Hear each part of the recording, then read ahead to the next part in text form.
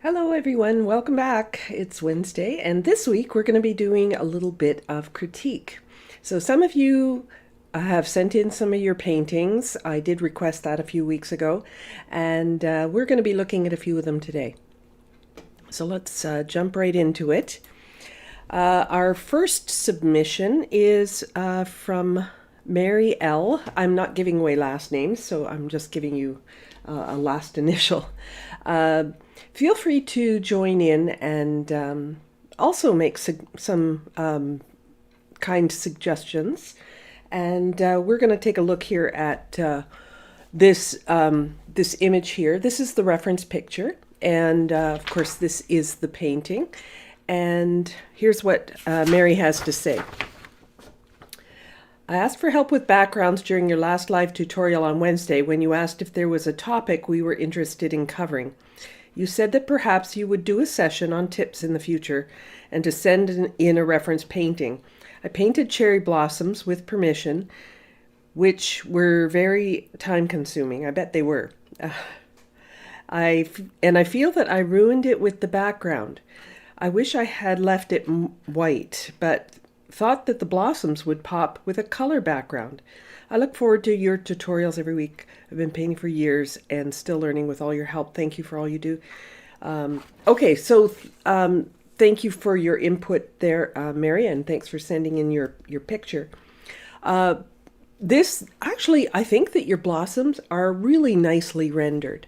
I do tend to agree that, I mean, what do you do with this kind of a background? It is so busy. You obviously have to simplify. But the first question you should always ask yourself is, what is it that you want the viewer to look at? Now, I'm guessing that you're probably, I'm thinking this biggest blossom might be your focal area, and you have successfully put some contrast around this. So you've got this dark green here. You've got a few darks tucked in here. Those are all great things. And but these ones out here, they tend to get just a little bit lost.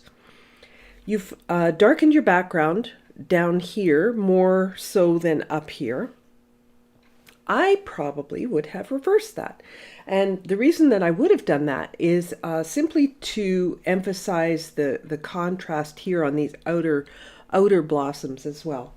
So what we're doing this really old school here. So I've printed off the painting and I'm using a piece of acetate that I have sprayed with a workable fixative. That's going to allow me to paint a little bit on this surface. So you have a lot of blues and pinks in your background. Now the one thing that I'm not seeing that much of through here is a lot of blue. So in order to keep the consistency of that color theme, I don't want to introduce a bright blue in the background. I know it is in the photograph because it's the bright blue sky. But sometimes what the photograph doesn't always capture what an artist would prefer to do.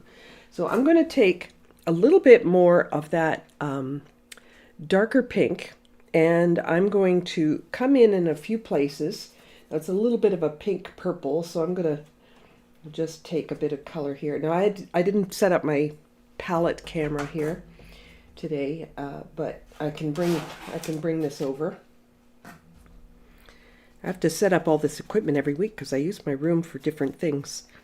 But this is cobalt. I'll take a little bit of permanent rose, more permanent rose, of course. Okay, so I've got a deeper purple, purpley pink.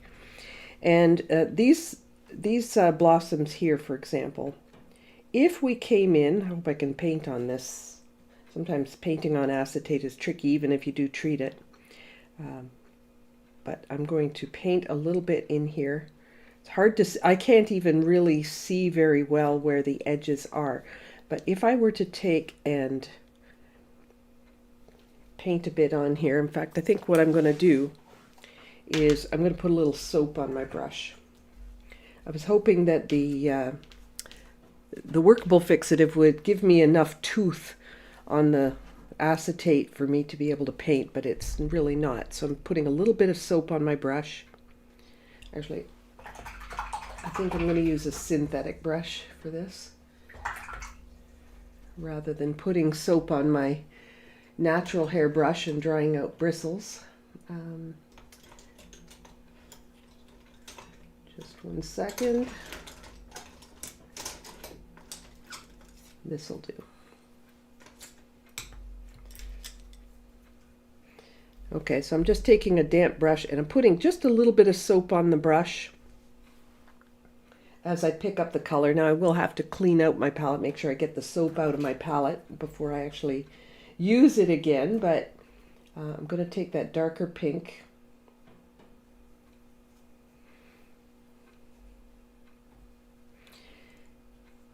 And see, the little bit of soap helps it to stick to the acetate. I like the fact that you've made this background a little bit blurry. I think that that's definitely beneficial. I might be changing your design a little bit here because I can't see the lines very well.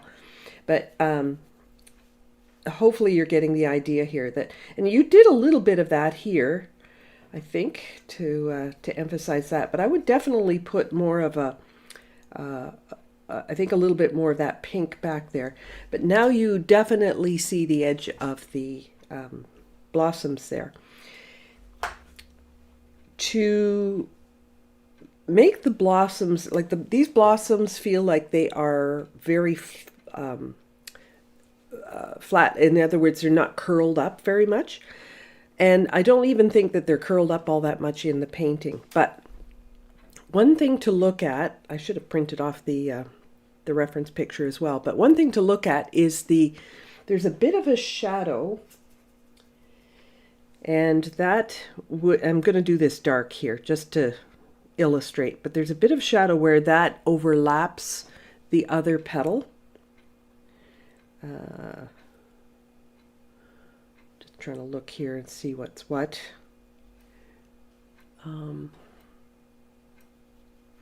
But this, it's like a cup, and it has more shadow in there than you think. Whites are very deceiving. So basically what I'm suggesting for you is if you pump up those contrasts a little bit more, then you'll be able to create a little bit more dimensionality. But you can see that blossom's looking more like it's in shadow.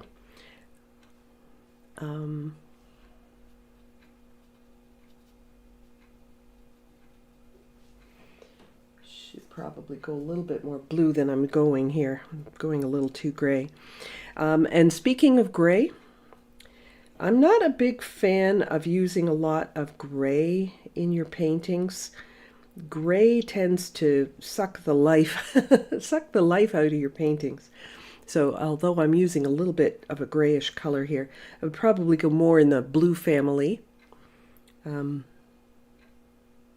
Aha, I see that goes right up to that leaf. Now I understand. Okay, so that leaf is casting a shadow on the blossom, but the blossom itself, I think, is facing away from the light. So these ones on the edges are going to pop a little bit more. Now, if I were to continue this a little bit further, let's just get a little bit more color back in here.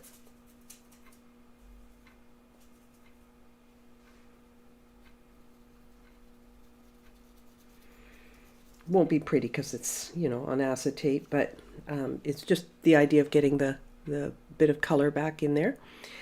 And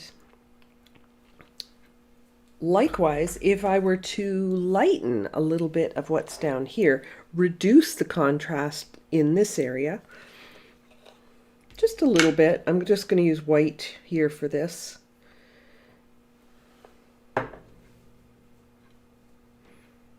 Don't want this to shift too much here.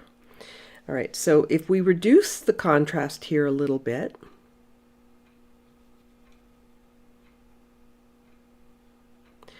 it takes the emphasis away from this little area down here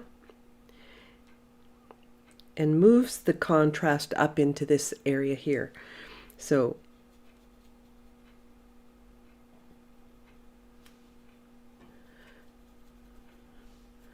I'm just putting like this white, milky white paint over here. Now, I'm not suggesting you do milky white paint on your painting. You might be able to lift a little bit of color there. If lifting color isn't really optimum, you know, maybe you've got a staining color on here or something, because I don't know the colors you've used. What you can do is reduce the contrast by making certain leaves similar in value to the background, like not lighter or darker, just make it kind of the same. All right, so that's reducing some of this background noise down here at the bottom. And when we're talking about edits and things like that, you know, you ask 10 artists, you're going to get 10 different answers. You know, everybody's got their own likes, dislikes, and certain things will appeal to them. So the edits one person might make might be completely different than what another artist might make. So here, for example, you've got quite a dark shadow right under that blossom there. Let's get that minimized.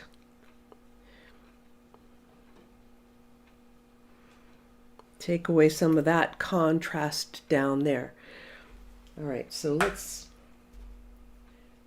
pump up a little bit more in other areas.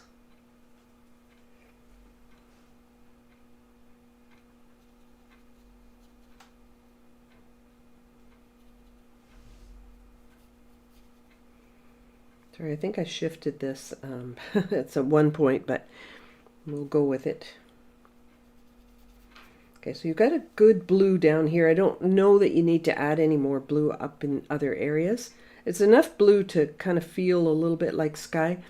But when you're using blues for skies, and this is just sort of across the board, this is not specific to this painting, but be careful of things like ultramarine blue, for example, is both granulating, but can also look a bit stormy as a sky. Will look a little bit dark. If you've actually got a sunny day, I would go probably more with either a cobalt or a cerulean in my sky, or some people will use like a phthalo blue because it's a nice, fresh, bright blue, and can look quite lovely in a sky. Those colors are smoother and will portray sunshine a little bit better than, say, an ultramarine would.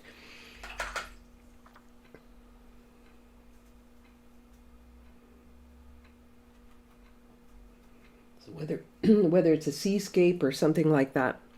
Anyway, so hopefully this gives you a little bit of a visual. Now, what I'll do, because, you know, some of these edits are pretty subtle, I guess, and you're not going to notice them right away until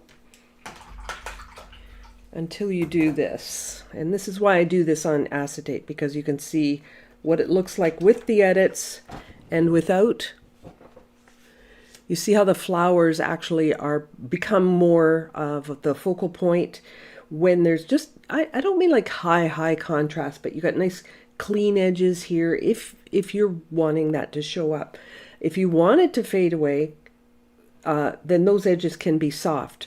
But if you're wanting to emphasize those, you could bring a little bit more color in there. So if you didn't leave it white like you had originally intended to, or kind of regret putting some of the background in, there's still things you can do, I think.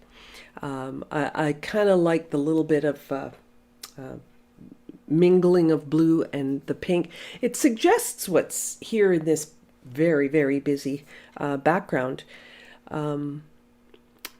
When you are taking your own photographs of flowers, try one thing on your phone. Try using the portrait setting. The portrait setting will allow you to put it out of focus if you have that feature on your phone. So the portrait setting is right here at the bottom, and then when you focus on one area, and you can press anywhere on your screen in order to tell the camera where you want the focus to be, and then it will often just put the background out of focus. Then when you go into your editing program, so let's say you take a picture and you want to put the background out of focus, you can do that. I don't think I can do that unless the original picture has been taken or in the portrait setting.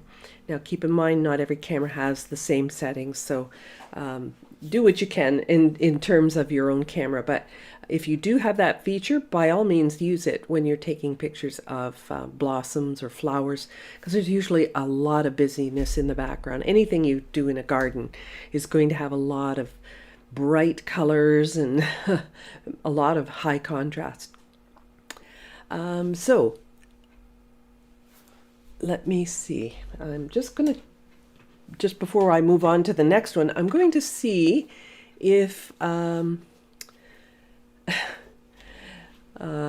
there's any questions. Can I reuse the acetate? I sure can. I just wipe it off, and I'll be using it for each of these, as you'll see. You can also put, if your painting is small enough, you can put it into one of those plastic sleeves that you put in a binder, and use that as well. I find that is a little bit more slippery, that kind of surface. So a little soap, like sometimes what I'll do, if I were to wipe this off, which I'm going to do. Okay, so I'm going to take and wipe off all the things that I just edited.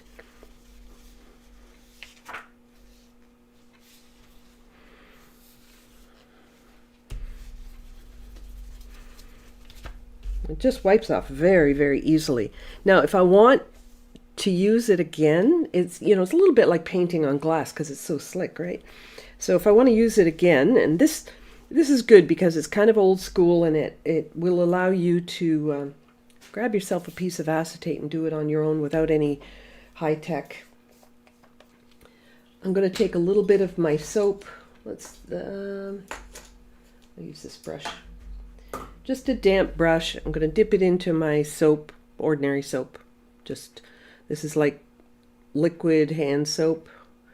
It's kind of like a generic brand. And I'm just going to paint this on here. Spread it on, let it dry, and I'll be ready to paint the next, paint on the next one. It will make my paints, my brushes, all of that kind of stuff, it's going to make them soapy. You will have to do a really good cleanup of your tools before actually painting on your watercolor again, but if you're conscientious about it, then you should be just fine. I do rinse my brush before I go into my wells in my palette, so I'm not taking soap into my paint. And yeah, just making sure I cover everything here. And that won't take very long to dry. That's just painting a bit of soap onto the paper with a somewhat damp brush. Okay, so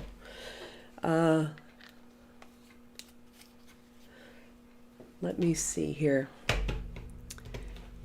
Yeah, I did spray this with workable fixative. It didn't work as well as I'd hoped, but the soap always works. That's actually a tip I picked up when I was taking animation.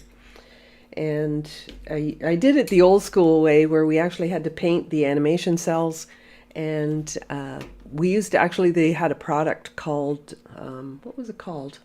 No Slip or something like that.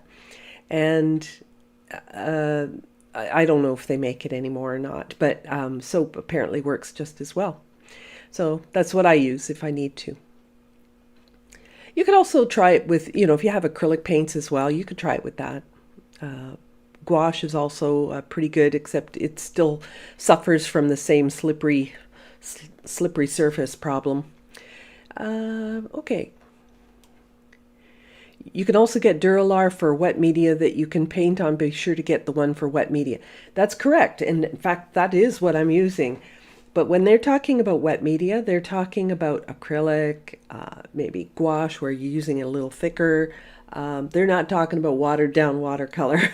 So you still need to have something to get that to work. But this is the Duralar wet media, which is a little better than standard acetate. Okay.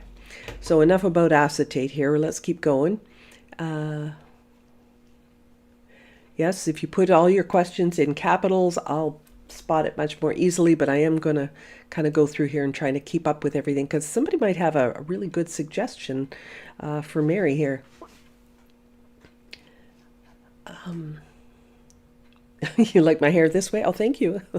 This is the air's getting dry in the house and my hair's too staticky, so I braid it. Thank you. Dark Chili, Alabama. Yes, that's Shelley. The painting, it's one she's creaking. Okay, so I'm just reading. I can read through faster than I can verbalize it all.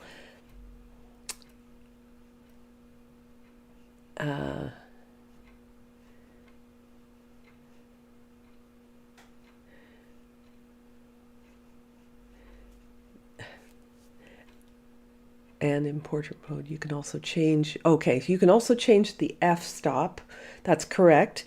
So if you lower your f-stop, you will get, like if you have a manual camera, like a 35 millimeter camera, and you lower your f-stop, you will change the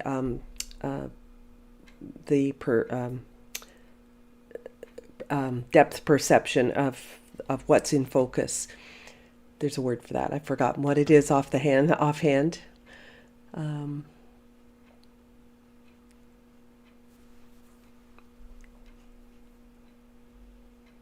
I don't know if you're here, Mary, but if you are, feel free to jump in and ask anything further about your picture.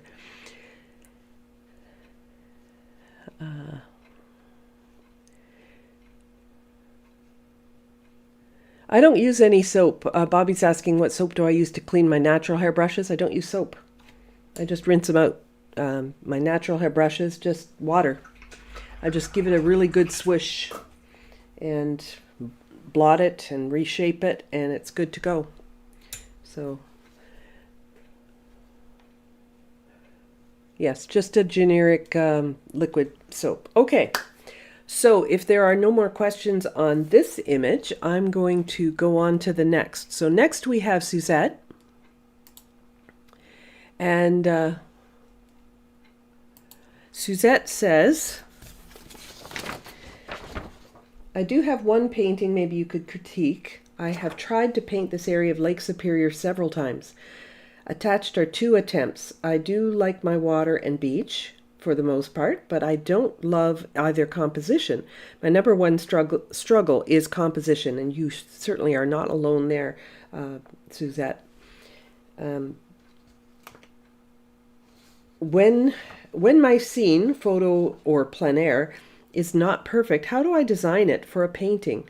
Related, then I struggle with where to put shadows. Watercolor teachers have told me to connect all the shadow shapes, and that I can't figure that out. Secondly, I tend to overwork things. In this case, maybe the background trees. I do not have the exact reference photo as I used it to get features that I wanted. So only one is attached for reference. Thank you. Okay, so this is the next image. This is one of 2 that Suzette has supplied. Okay, so these are the 2 versions that Suzette has sent along. Now these, keep in mind, these are printed out on my printer, and there's limitations to how nicely that's going to print out. So apologies if it's not printed out very well. Okay, so in the first attempt, you've got your greenery back here is very subdued. You have probably a darker sky. It feels a little bit more stormy, but I know it is a little bit brighter in your actual, like when you see it on the screen, it's a little brighter.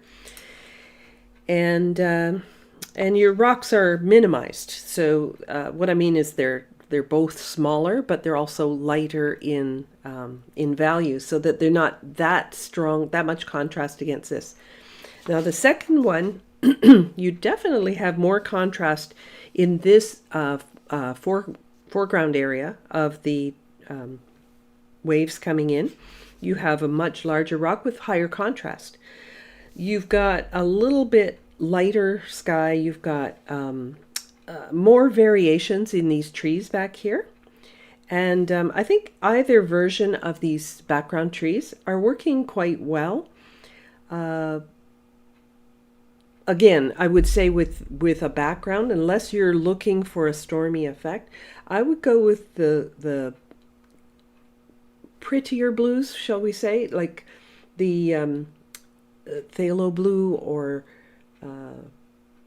cerulean blue, for example. They can be very nice. Now, not all ceruleans are transparent. Not all ceruleans are non-granulating either. So they will change a little bit from brand to brand. The one I use is actually a mix, and so it ends up looking a little bit more transparent and not as granulating as other brands. So you've added in a tree here as well. I'm noticing that the image over here is it has a little bit of a tree there. You've got a bigger gap between these. This is kind of an interesting thing, but my question to you is, what is the most, like, I know you've pulled from several sources and things, but what is the most important thing that you really want the person to focus on? You've done very nice work on every part of this, but I happen to agree with you that your eye doesn't rest anywhere in particular. Well, in this one, I should say, this is where my eye wants to go. Highest contrast, lots of careful detail, things like that. Here we have a little less contrast in the water. I'm actually focusing more on this. And isn't that funny how every time you look at a painting, your eye gravitates to the higher contrast? We're hardwired, our brains are hardwired to spot things with higher contrast. So let's take a look here. I'm gonna work on this one. Looks like maybe you still had a little bit to do on the waves or something, but because it looks just like white paper here. So I'm not sure if you sent this as a finished painting or if you're still working on that. But in terms, let me just not forget one question, and that was about the shadows connecting. Okay, so let's say, for example, I'm just going to flip this one over, and I'm going to paint a couple of people. All right, so I'll just do my people in blue, because it doesn't matter what color I do them in. So I've got a person here.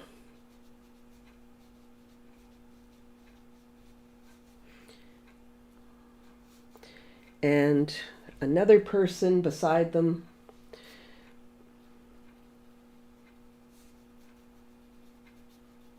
Maybe they're holding hands, something like that, but and let's say, for example, there's a tree next to them. Okay, so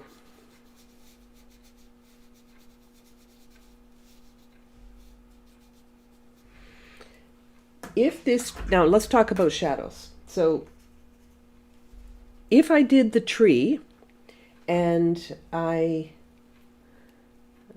pulled it out here and I did the shadow across like this, let's say I let that dry and then I came in and I did the shadows of the people, I'd have a line between the tree shadow and the people shadow. And that's where they're saying, you know, the shadows should all connect. You don't want a line between things that separate in a shadow. So, for example, all of this would connect together. This whole scenario would connect as one thing. Am I going through to the next paper? I hope not.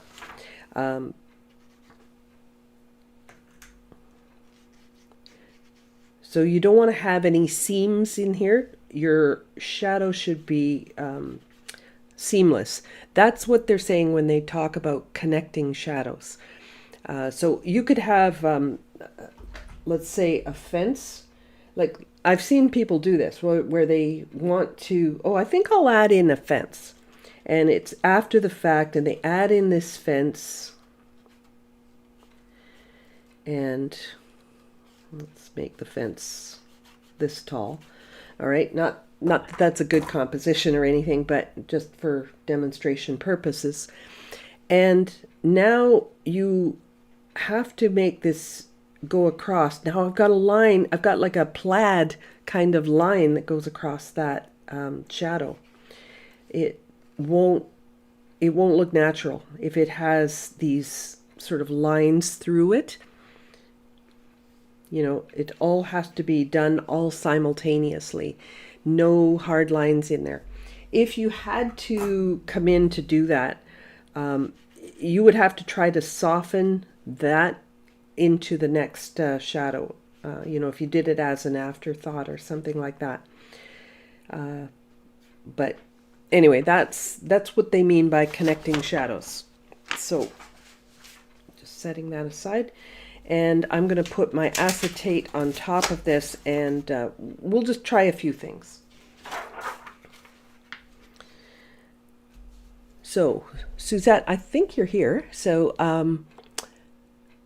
why don't you tell me what you would like the viewer to look at? What's the most important thing to you? The thing that made you want to come to this spot and photograph it. Maybe you didn't photograph it, but what you love about the reference picture, whatever. What is it that really drew you to paint this?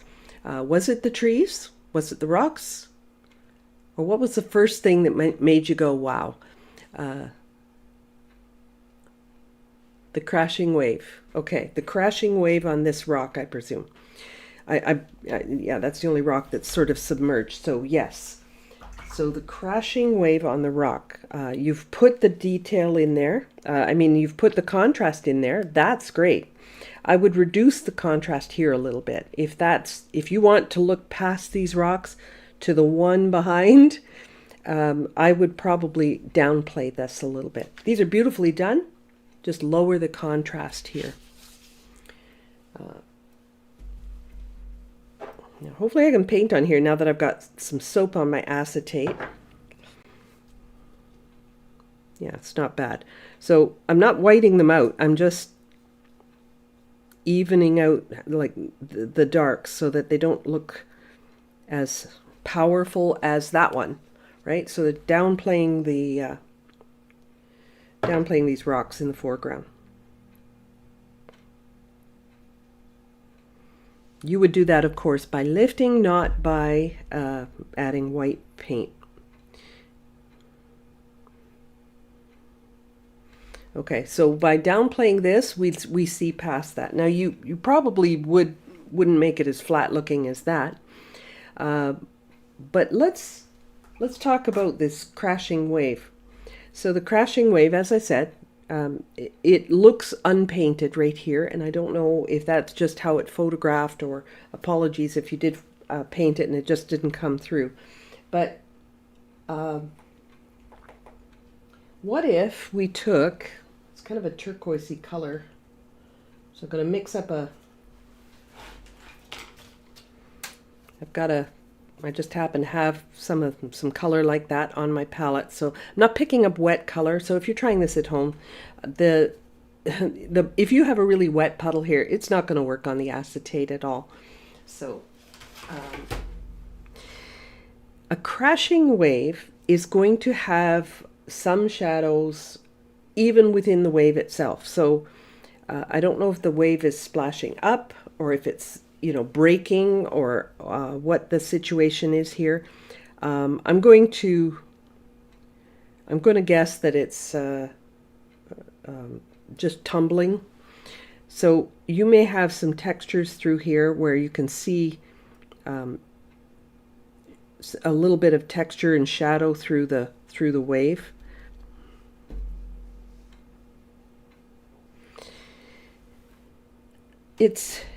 I know that the light source must be over here somewhere because of what you've put on the sand. And, you know, in each of these instances of the rocks, that's where the shadow is.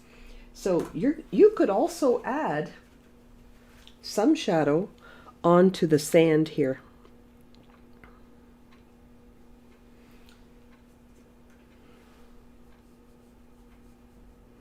Waves will actually create shadows. So there would be a little bit of shadow on the sand, right? So each of these rocks has shadows going off in that direction. So must do the same for the wave. Not really sure if you're looking to have the straightness of this edge, but typically this would have a little bit of a I was going to say a wave, haha, but it would have a little bit of an irregular edge. We're close enough to this, I think you'd see that the wave wouldn't come in like, you know, a straight line. It would have a little variation. So there's a little bit of shadow. Let's continue putting a little bit more in the wave. Now I'm looking for clues here. I'm looking at the reference picture you supplied.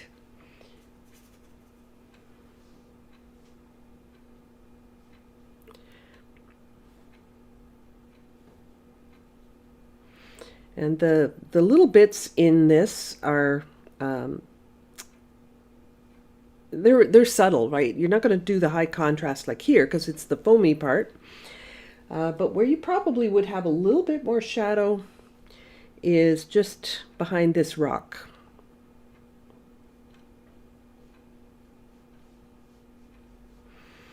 The more shadow you put in, the darker the shadow you put in, the more it's going to feel like sunshine.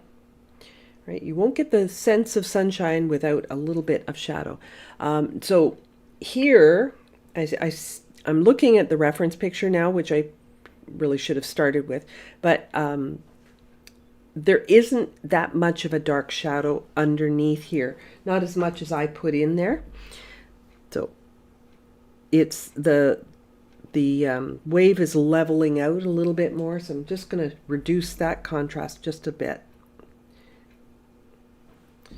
Take that off. That's the great thing about the soap on the acetate, is that you can move things around pretty easily. You can add, you can remove.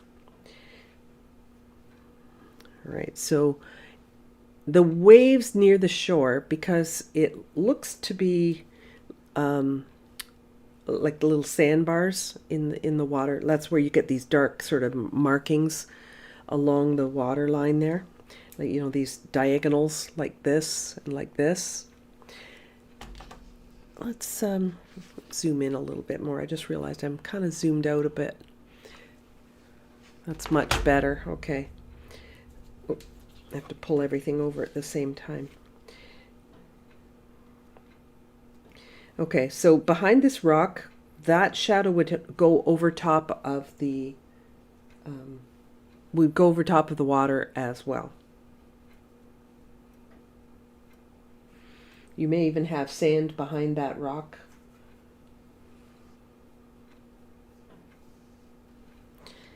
But you do need, like, just even if it's subtle, you do need a little bit of stuff going on in the foam. The second wave out, you can see a little You know, because it's kind of rolling over on itself, you will see a little bit of shadow in there.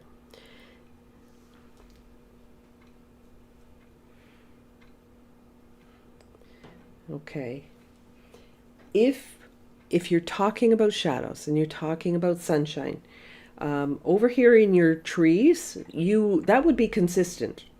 You would have a little bit more shadow in some of these areas. The shadow's always going to be stronger when the sun is stronger.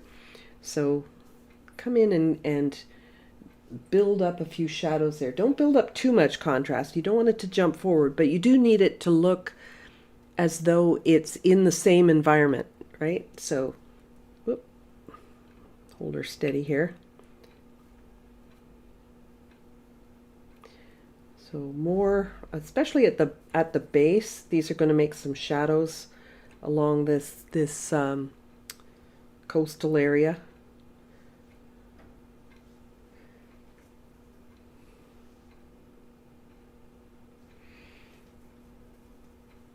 Might need a little more soap. It's not sticking quite to my liking here, but. And this little tree out here, it would definitely be darker. Not a bright dark. So in other words, not a bright green, because bright colors will jump forward. I like the muted tones that you've used back in here. I think that works really well. But you could go. All right, I'm going to get a little soap on my brush. This isn't. I'm trying to make some changes in there, just not happening.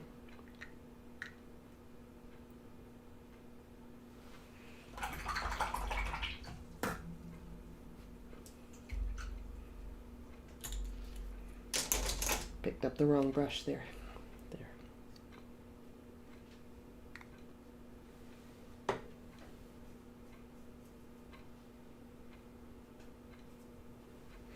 All right, so come in a little bit. If you make the shadows, they don't have to be like black or anything like that, but they do need to have enough depth to them to look as though the sun is stronger.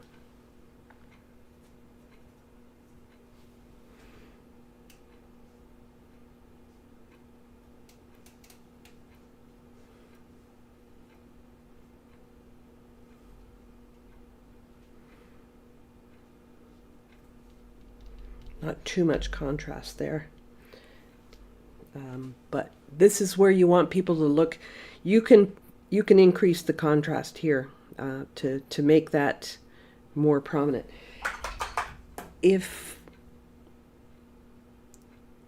Okay, so in the reference picture, the wave isn't splashing at the rock in the same way. So you've got probably a much stronger wave here. Find a reference, but what you'll find is that when waves rolling in, you're probably going to get some of this. That splash effect. And now that's the one thing that I would really suggest here, is because that splash is going to be the one thing that is going to make it, without a doubt, the spot that you wanted people to look at. It's got that high contrast detail in there, and it's really going to make things pop a little bit more.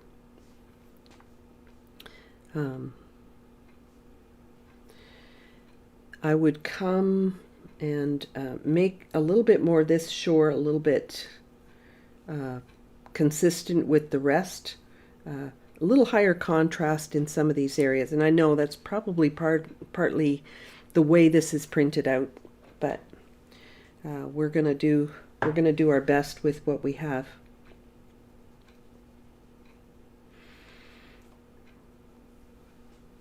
But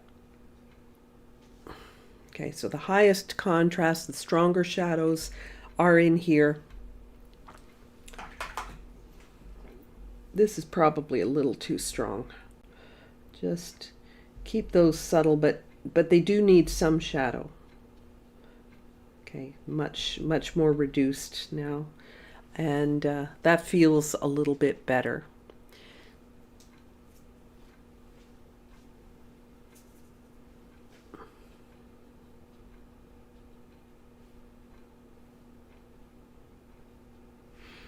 I probably would bring some of the foliage a little closer to this, because this is kind of really isolated out here by itself. And being isolated, being kind of the odd thing, it will draw attention, right? So if you have one man in a desert, he'll stand out. So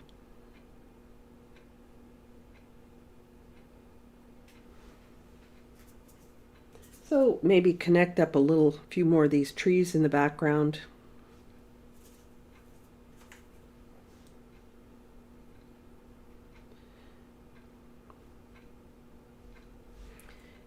And hopefully you get the idea there. So I think that that's going to help a little bit with your composition. You could even reduce the size of this, for example. Increase the size of that. I mean, those are just all tricks that you can play with when you're working with your own compositions. So size will obviously command more attention than something bigger in the front, right? And let me just take a look here.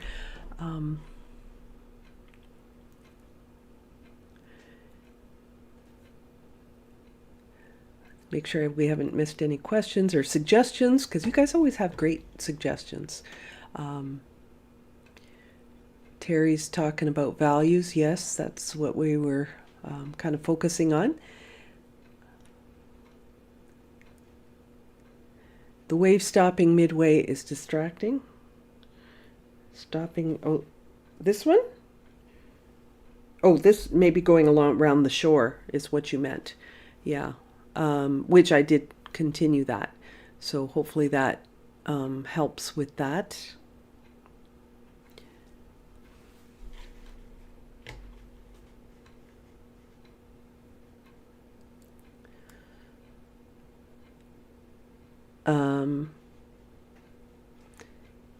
I'd like to use small masking fluid dots from spattering for the spray above the crashing wave, but I paint around the white wave itself. I protected the water beyond any spray with a paper towel. Yes, and you can do that. Like, you could actually spatter on some masking fluid in the early stages of your painting, or dot it on if you're, can do your dots in various sizes and make it look natural. It's a pretty small area. You don't want to have a massive splash, but I actually have done some waves like that where they kind of hit a rock and just kind of it's like an explosion of water drops, right? How about the foreground and the background? Should one be light and one dark? They appear to be the same value. Yes, you could definitely do that as you come into the shore. Now, one thing that happens on a beach, okay, when you have sand coming in, and that will show, sorry, I'm just switching something on my screen there. So, so when you have the same in the back and the same in the foreground, the plane feels flatter. One thing I often do is try to incorporate as many gradations as I can within my paintings. I find that for me, that was a really big deal. I found that it really helped things feel like they're laying down, that it's drawing me in, that sort of thing. So if I were to suggest something like that, I'm going to take some just brown here.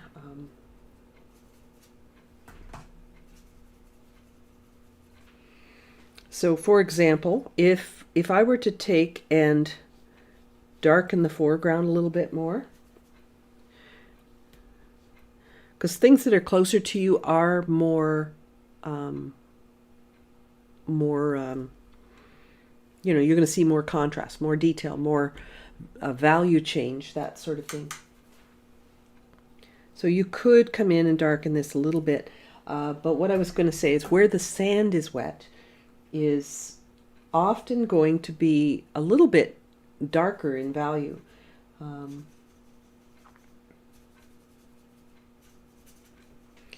So along here, for example, where the wave has receded, and the next one's coming in obviously, but where the wave has receded, you might see a little bit of wet area on the sand. So the wetter sand looks darker, that type of thing. So you may feel like, oh, the waves come in and then now it's retracting or receding, and sometimes bringing more contrast here, reducing the contrast in the background, will give that feeling of atmospheric depth.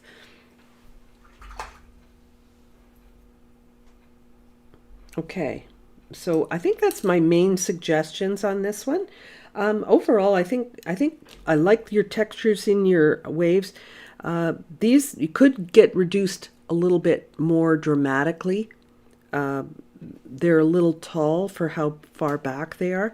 I would probably slim these down a little bit, so not make them quite so big. And by the time they're way out here on the distant water, they're going to be really small and skinny. Helps to create that feeling of perspective a little bit stronger. So, as well as I can do that on acetate. So here we go. This is the edit that I'm suggesting, and it's this area here. Like that splash is the big deal here. If you didn't have that water or that rock, like in this reference here, the rock is probably, it's not close enough to the water to actually splash like that, but it looks like you've moved it in there to create this effect. So I would add the splash. I think the splash could be quite interesting. Should there be a darker edge between the cliff and the sand? There could be, yes, in the water back in here, but once again, it's off in the distance. We don't want to get too extreme with our contrast, but a little bit extra in the water here, and the cliff and the sand. So I see what you're saying.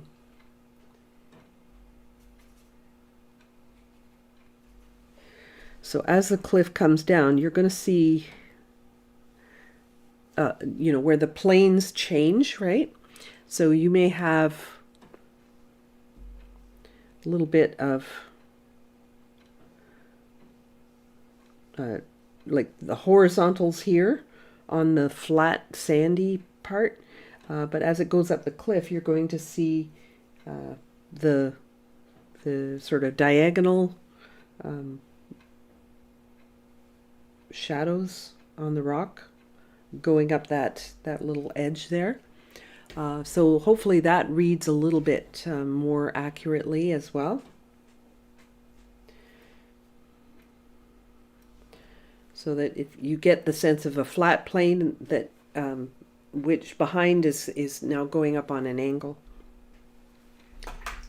That's a very good suggestion. Thumbnail, yeah, for composition, Jan's art is saying, I draw a lot of thumbnail size pictures to get ideas for composition. They're quick and very helpful. I could not agree with you more. If you're not familiar with thumbnails, they are just little small images. I actually have a video on creating thumbnails, and it's the opportunity to sort of just block in the big areas of your painting and just figure out contrast-wise whether or not they're balancing each other nicely, or if it's a little top heavy with the dark, or a little too much light on the left or right, whatever the case may be.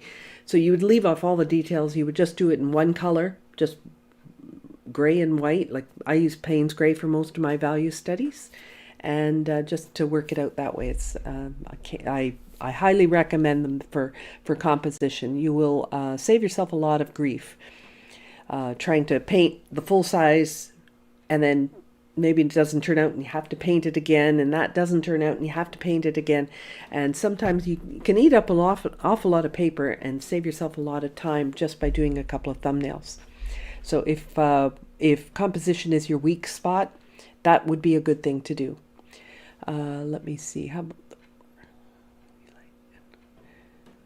should there be a darker edge between the cliff and the sand? I just did that. Okay.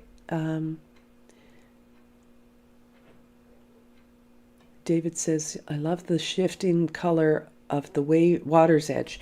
Yes, I like that too. The color here in the water versus there.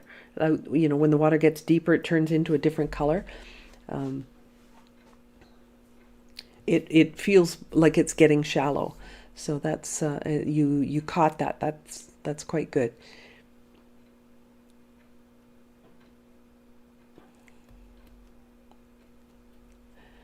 Oh, you just stumbled on the live stream. Welcome.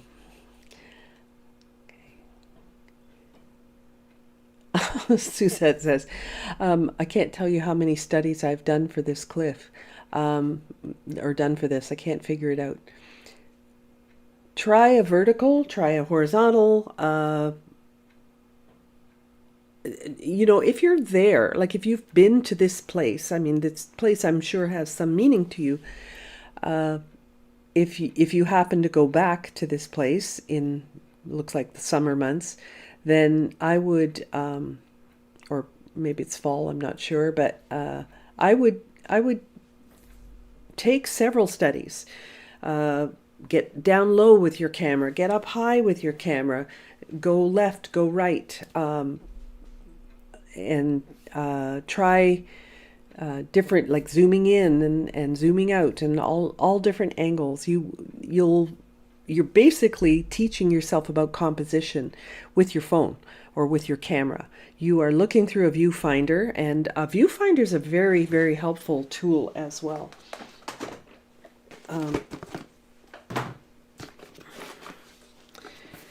You can make your own just with little matte squares, a piece of Bristol board with a square cut in the middle of it or something. But you can also buy them, and this is a viewfinder. This is called View Catcher. It's got a little hole in the middle, and that's basically so you can see color isolated with a neutral. That's why they make it in a gray, so that you can see it neutralized.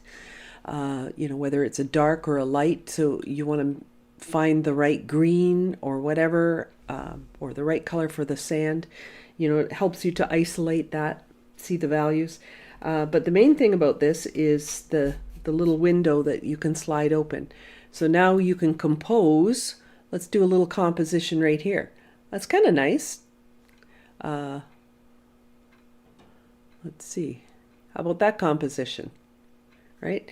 Now I can bring this higher and include more. How about a horizontal? You know, maybe I want to make a little composition here, or let's pull this up a little higher. Include more. Just work your way around the whole thing and see if you can find another really pleasing composition. You don't even have to paint. You just take your viewfinder and see what looks good. See what just feels right. Your intuition's usually pretty good when it comes to, you know, things you like. If you like something, go look at other people's paintings.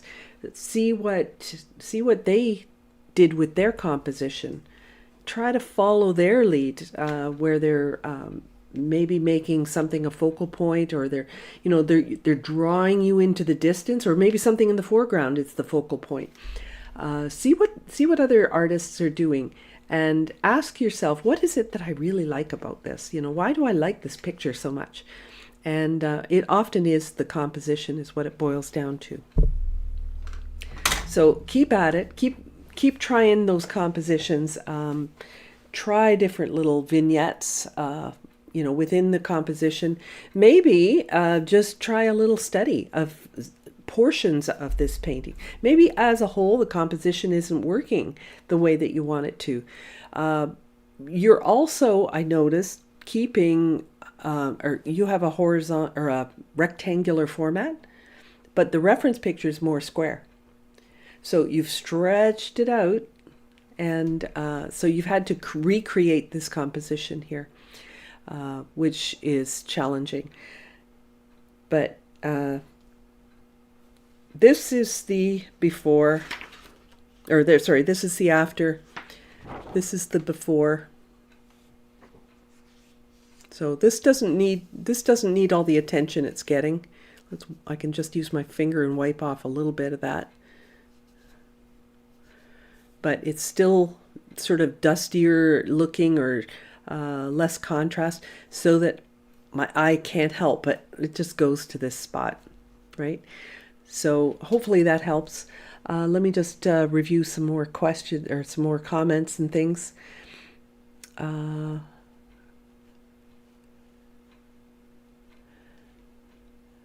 You're welcome, Suzette.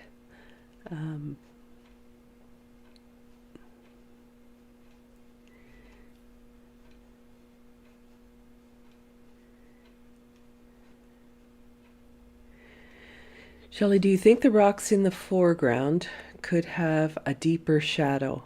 Oh, yeah, they could, for sure. They originally did, just not deeper than that one. So if I were to wipe off what I just, like I put white paint on that, but they could have a slightly, we've actually increased the contrast here now, but the shadow on the sand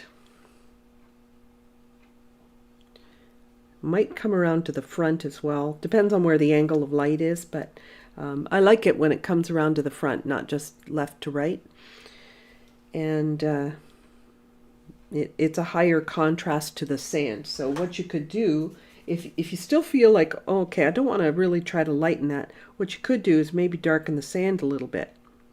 You can still reduce the contrast and get the message across by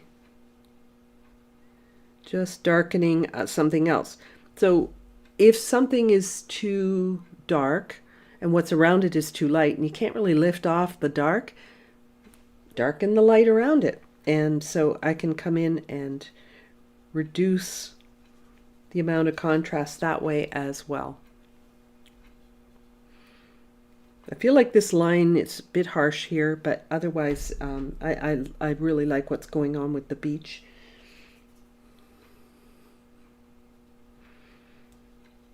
See, just getting a little bit more dark, leading us back there with this gradation of dark to light. And it feels like it's got a little more weight at the bottom of the painting, where it's visually weighted and more sort of stable, if you know what I mean. Sometimes if you have all your dark at the top and then too light at the bottom, it feels a little top heavy. So putting something a little darker at the bottom will balance that out.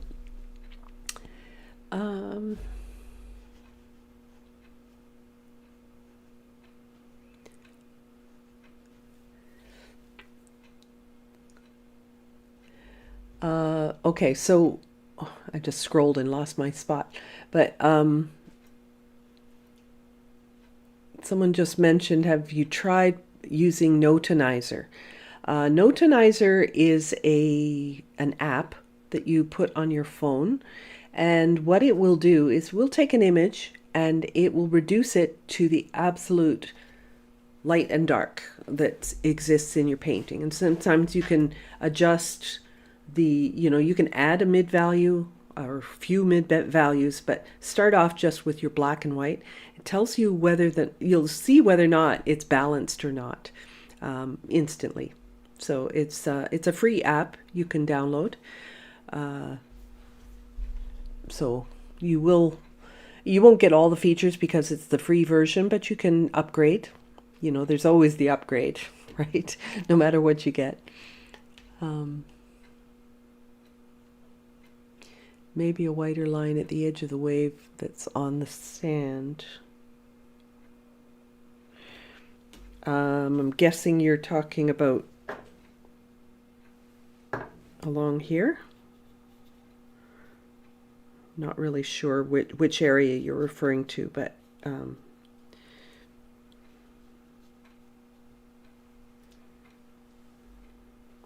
this, because it's closer, actually would get a little wider anyway.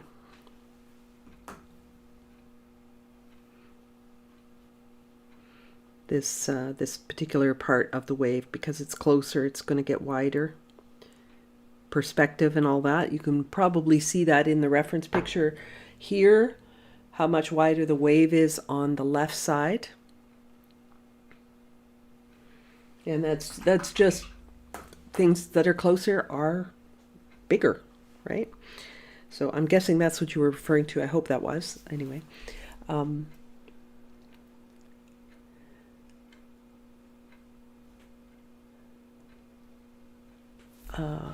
For practice, try painting just one or a few things small in the, yes, we talked about that.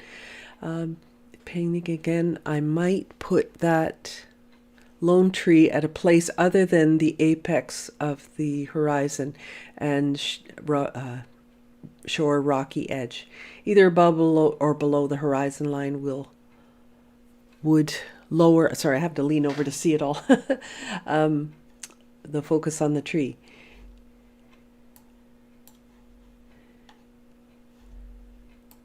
Okay.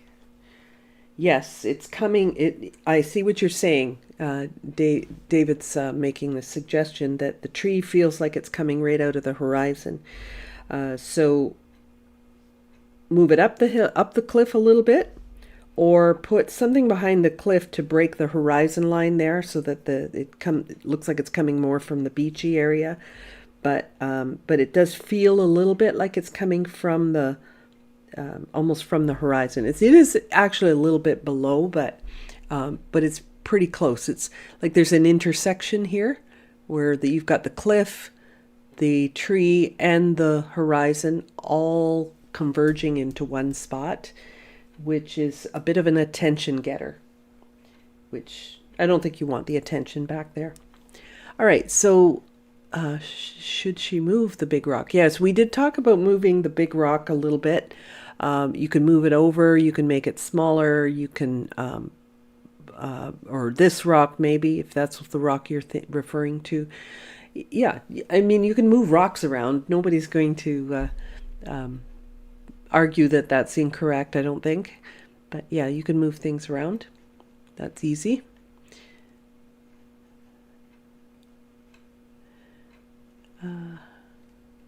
Thank you, Linda. Okay, maybe instead of a hard line behind the white foam, some of those foamy tendrils going into the water would help. Oh, I know what you mean. There is like a foam that sits on the surface sometimes, so you'll get a little bit of that. It's almost like a webbing in the water. So I'm probably doing this too big, but just a little bit of this. The little bit of surf that sort of transitions into the darks there. You'll often see that, the foam just kind of breaks up a little bit on the surface of the water. Okay, and Suzette, you did many things right with your painting. Keep painting, you'll get to where you want to be. Keep practicing.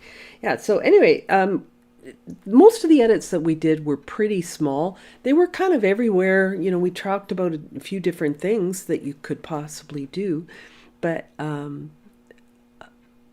you might be trying to incorporate more than you need to in this composition. But I don't dislike the painting. I think it's quite nice. I would definitely draw more attention to the rock if that's what you've decided. See, if you're undecided about what you want the viewer to look at, you tend to give everything this equal value and equal attention. So then the viewer doesn't know where they're supposed to look. You kind of have to lead them by the hand sometimes and say, look here.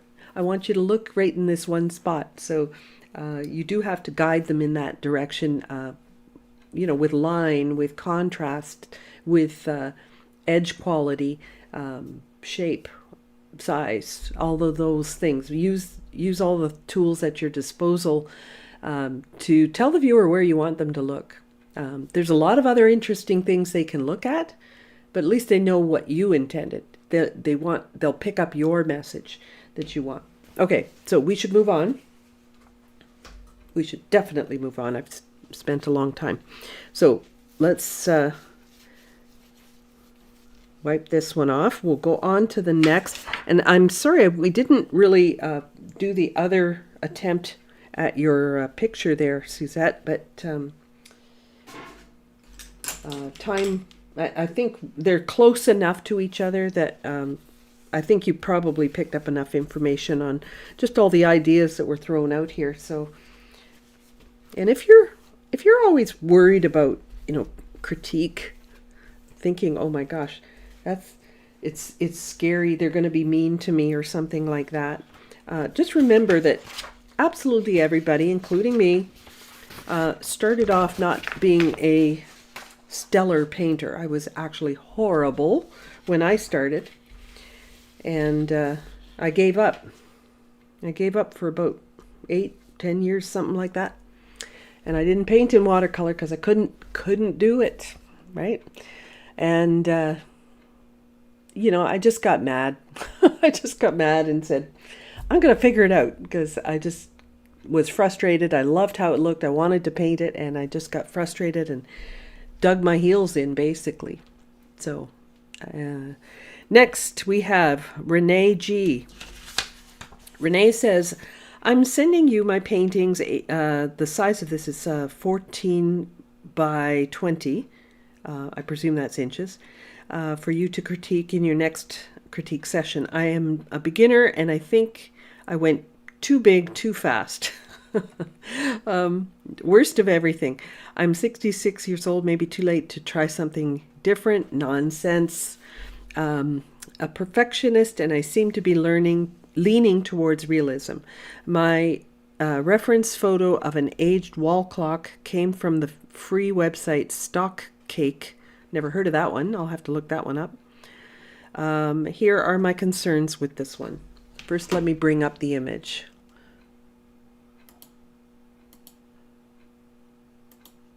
Okay, so this is the reference picture here. You're losing my face, but that's quite all right. Number one, I wanted the clock to be more on a rusted metal side and not woody looking. It is my color choice that made it look woody. That's a question. Is it my color choice that made it look woody? What color should I have taken?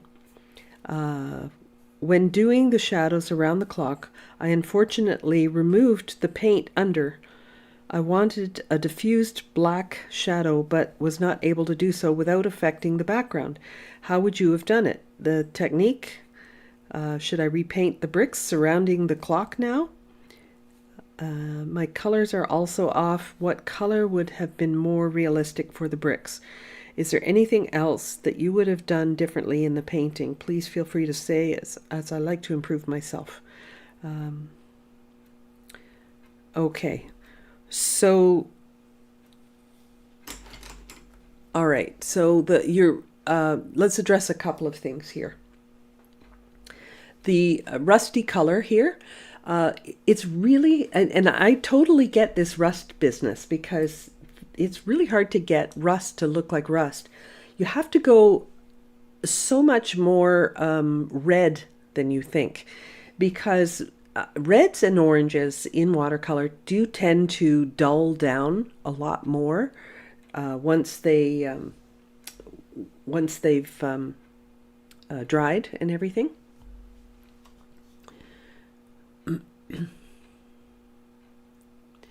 Okay, so let's go. We'll take a little soap. I'm going to brush some soap on here first.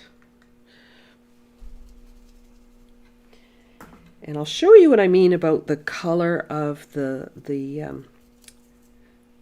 rust. Because I find this is very, very common. This isn't just because you're new to watercolor, and you don't look like you're new to watercolor. You look like you're doing pretty darn well. But things, reds and oranges always dry more dull than when they are wet.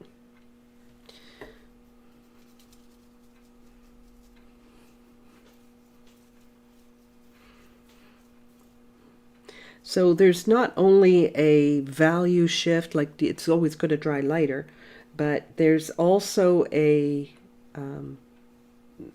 like the brightness leaves the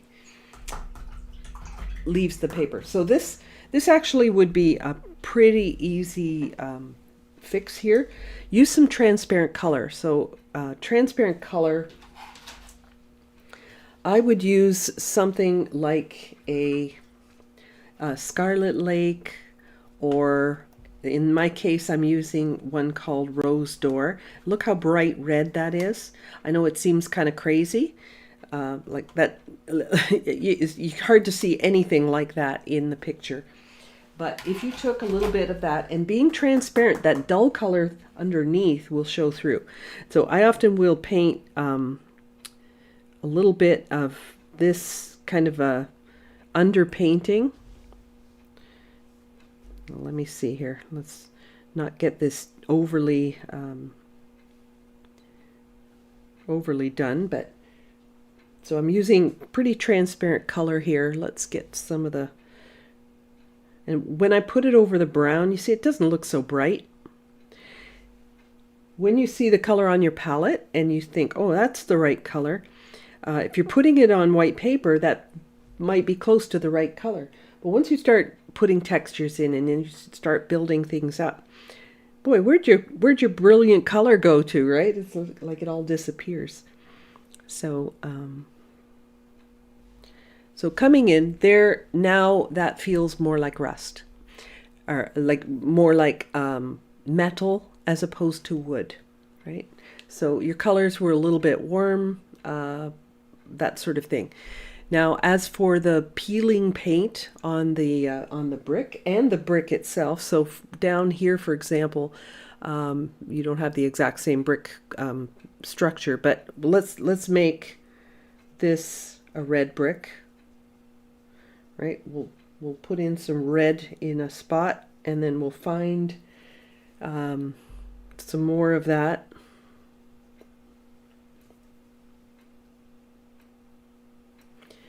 And you're going to notice that, boy, oh boy, there's a lot more color to old brick and rusty old things than what first meets the eye. So I would bring in a little bit more color. This sort of thin application of paint is basically glazing. That's what I'm doing. So you're putting transparent layers on top of previous layers. I would go with something, now I've got a cobalt turquoise. This one's a color on my palette, and it's really quite vivid. Pardon me, a little bit opaque as well. So I'm going to water it down to make it a little bit more transparent. But this turquoisey color in here feels more like what your reference is giving you. So this blue you've got is a little bit more of a purple blue. You're looking more for a turquoise kind of color. Oh, thank you so much, Suzette. That's very generous. Appreciate that.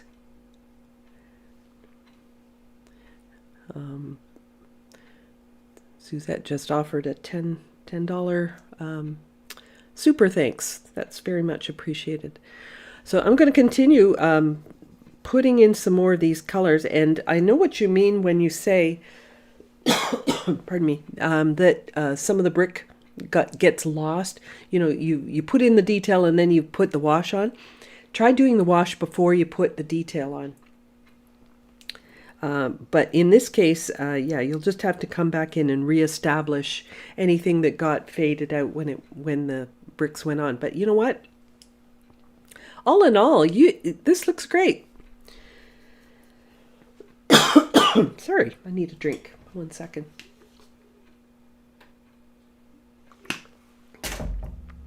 All right, so I'm just glazing in some surprisingly bright colors here to bring a little bit of the original character back into this scene.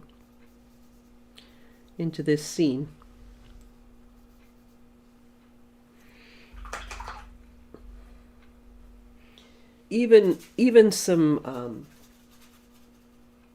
gold colors are down in here.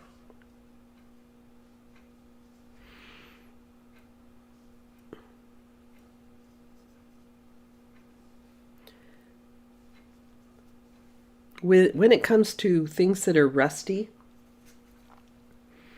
most paintings end up too dull.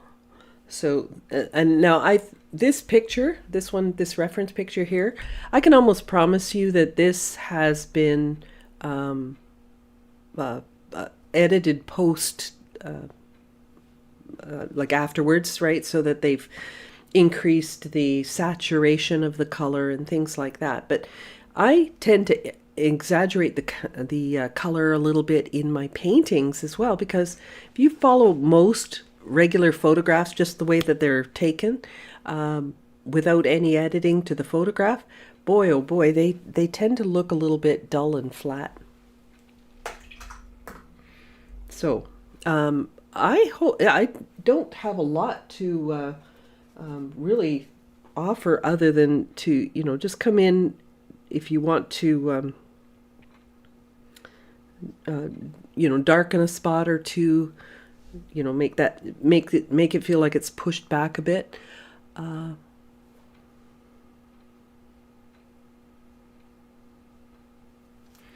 But it's surprising when you have anything sort of old and worn, or you have rust, it does need quite a lot of color injected into it, because it does kind of dull down a lot.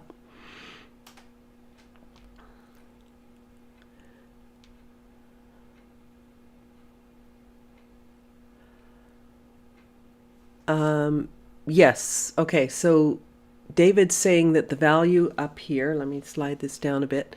The value above the clock is equal to this, equal value wise. I was actually thinking that it would be good to dull some of this. Dull down a little bit of the, like it's a little bit more grayed down, a little bit more sort of aged, I guess, around the clock.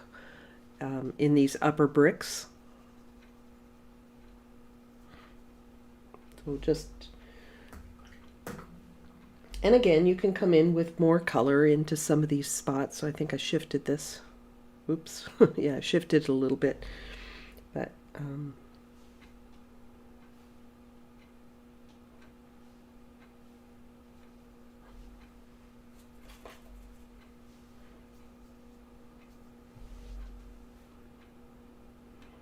quite interesting, all the brick, like all the layers of the peeling paint layers, I guess that is. Makes for an interesting composition. Now, I would probably dry brush, you know, where you're sort of loading your brush and giving it a blot, and then just painting with the side of your brush to get some more texture on your brick. It looks like you've done some of that anyway. So probably don't need to explain that, but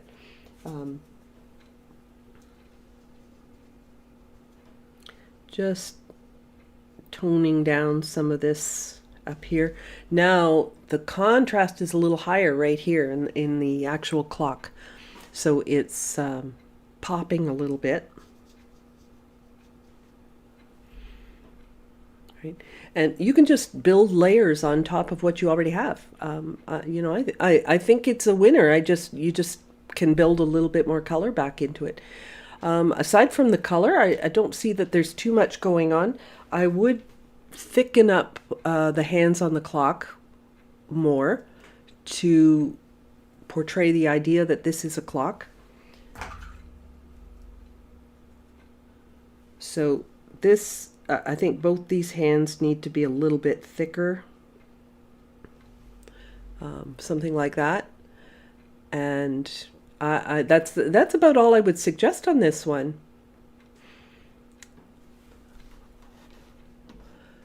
But just keep in mind things that like old brick and old rusty things, anything like that, just needs more color than you think. It always dulls down a little bit.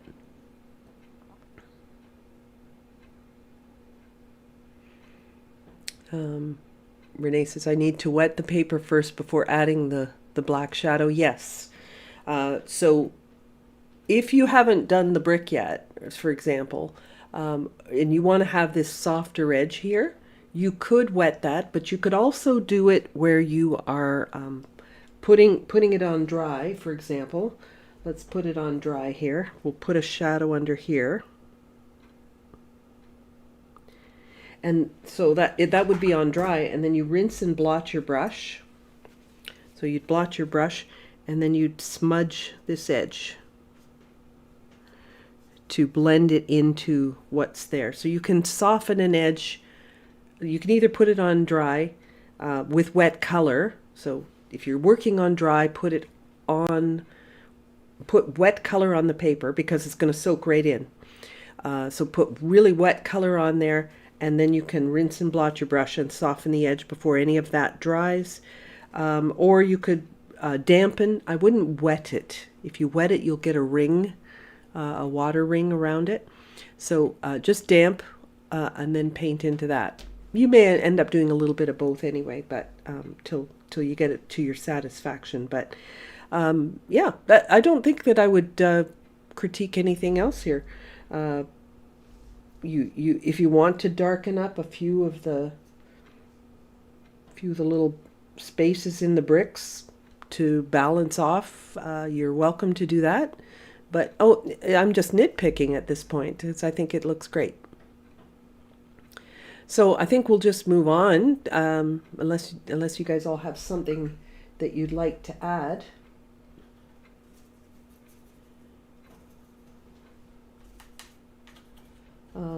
Let me see here.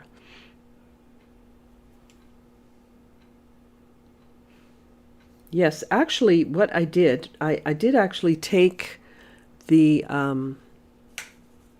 each of the photos and I did convert it to black and white. It does help you to see the values a little better. So let me just see. Okay, so that's the black and white version of it. So you can see, like I was just coming in to darken up a little bit more here. So you could darken up a little bit there. I like to have a little bit, I like vignette. If you're not familiar with what vignette is, like if I were to open this and edit this, let's brighten it up a little bit. Whoops. Take the saturation rate out of it. Let's do back to black and white. But I'm going to brighten it up a little. And then I'm going to put a vignette on it. So here's what I mean by a vignette. Vignette will darken around the edges. And here's how this looks. Wait a minute. All right, so I've darkened around the edges. You can either lighten around the edges or you can darken. But that little bit of darkening helps the viewer really zoom in on this area here. And sometimes I will incorporate that same concept in my paintings. So I try not to have too much light. It's kind of like an open door. Light comes through an open door. So when you have a lot of light at the edges of your painting, your eye kind of wanders out. So by darkening just slightly along some of these outer perimeters, you can get a really good effect. All right, so I think we can move on from this one because there's not a lot that I mean, it was pretty complete, and I think we're totally fine on this one. And so I'm going to move this one out of the way and we will get to the next one. This one is from Donna R. And I hope I got this right. Yes, I just finished this painting. I'll clean this off so you can see.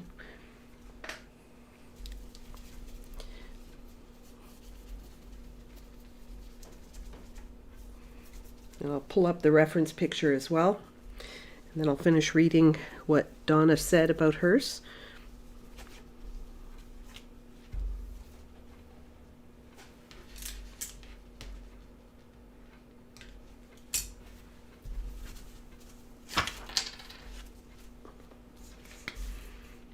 Okay, so there's the painting, and this is the reference picture. Okay, so I'm loving some of the stuff you did in here, Donna, but I just finished this painting of Franklin Street in Chapel Hill, North Carolina. I would love to hear your critique if you decide to use it for your next live critique on your Wednesday YouTube. Actually started out trying to loosen up the style, but inevitably I love the detail and getting as close to possible as correct perspective, etc. I am curious as to whether or not you think the values are okay, or whether or not I need more saturation in some areas. Would you have done something different for the, sorry, I gotta flip this over, for the lighting effect? Any other feedback from you is always appreciated. Thank you so much for all I've learned from you. Okay, so Donna, I love your painting, first of all. Now, in terms of would I change something? First, let me tell you what I really love that you did, all right? Because I think you identified some things that were pretty important here. And that is the fading as you go off to the distance, right? This is fading away. Your shadows are consistent with the light. And you've got a very nice sky going on, very good perspective. Let me zoom out just a little bit so I get the whole picture in here. So very good perspective on the sky. The clouds at the top are much bigger. Then the transition from a warm blue to a cool blue, then to a yellow. So I'm really feeling the atmosphere of the day. I think in terms of creating the atmosphere, you've really captured it beautifully. You downplayed the extra bright glare on these windows. I think that was probably a smart choice. Your focal point, where your highest contrast is this figure. So this figure is standing out just perfectly. If you're looking for other suggestions of things, if I squint and I'm looking at this picture, I see that this car is heavy, right? The dark here is pretty heavy. It's almost balanced with this side, but I would bring in a darker red, I think, on the let me get a darker red mixed up here. A darker red on this building here to help balance some of that. Only emphasizing more of the light passing through here. So this is just a simple glaze to put on there. And even though you know that this is kind of a white or an off-white window here, I'd probably downplay that as well. I don't know if I got the color just right, but I'm just going to try something here.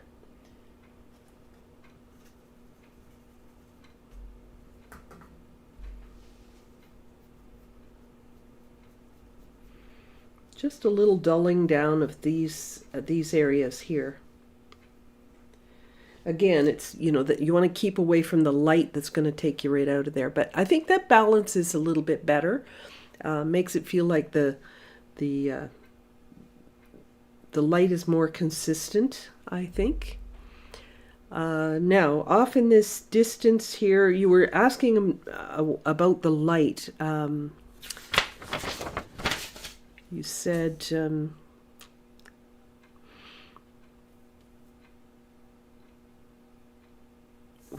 would you have done something different with the lighting effect?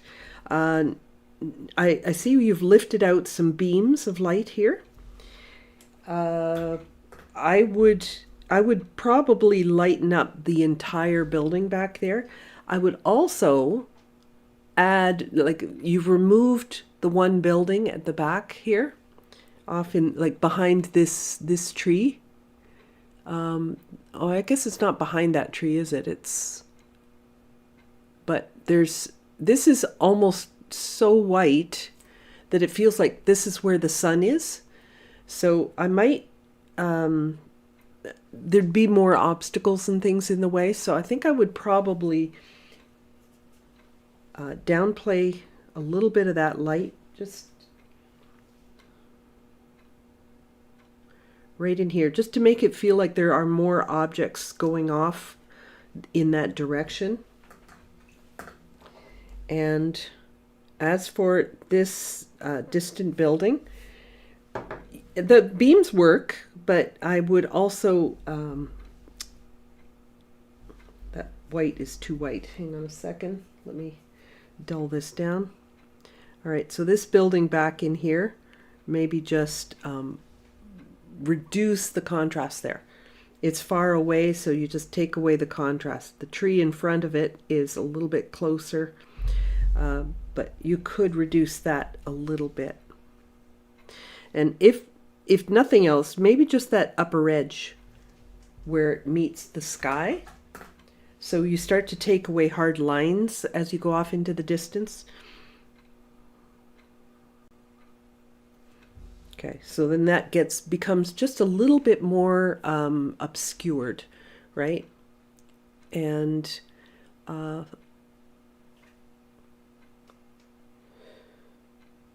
yeah, I don't see a whole lot that I would do differently. Maybe a slight lightening here. Just, again, I'm just being nitpicky here because this is really quite a good painting. You know, you've analyzed it quite nicely, but I want to, oops, sorry, I shifted that like crazy here. Sorry, there. Because, you know, the first thing I noticed was the heaviness of the dark here. So I would take the back of that car and probably just brighten it up a bit, lift a little bit of that color perhaps, and take away a little bit of that heaviness.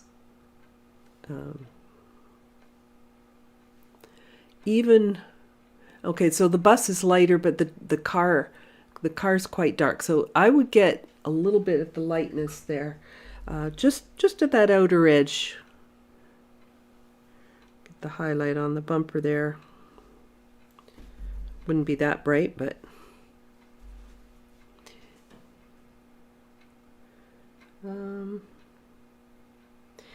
I really enjoy how you you reduce the detail going off into the distance. These people are not only smaller, but they are a little less contrast than this lady here.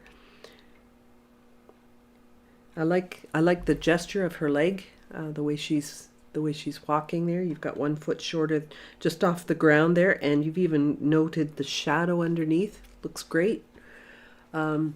There's a very slight haze on this. Like, I guess it's reflection, right? Because it's a man-made surface, so there's a little bit of a haze right on there. It's just a little, I guess I shifted it again. just a little bit of a lighter glare, I guess, reflecting off of that metallic. And you could, you know, a little lightening there, but then a little bit more darkening perhaps in this area. Not a lot, just, and not the whole window, just a little bit of darkening there, just for balance. But I think overall it's just a really strong painting. If the fuzzy leaves on the tree, okay, so I was actually thinking of doing that. What I see a little bit of is this it's a bit of dry brush, I suppose, and to get the same sort of effect of that you see in the picture without painting leaf, or not leaf by leaf, but little branch by branch, I would just add a little bit of a grayish, like similar to the tree color, and just sort of fade some of that in there to make that tree feel a little bit more dense. I mean, it's pretty sparse to begin with because it is obviously winter, a winter tree, but a little bit more in here, a little bit more, just continue what you started with, and I would go a little bit darker, a little bit braver.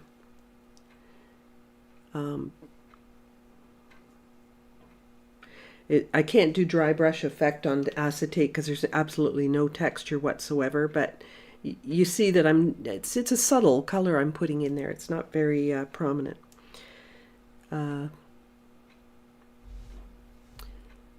Yeah. Now, one thing I absolutely love that you did was the light.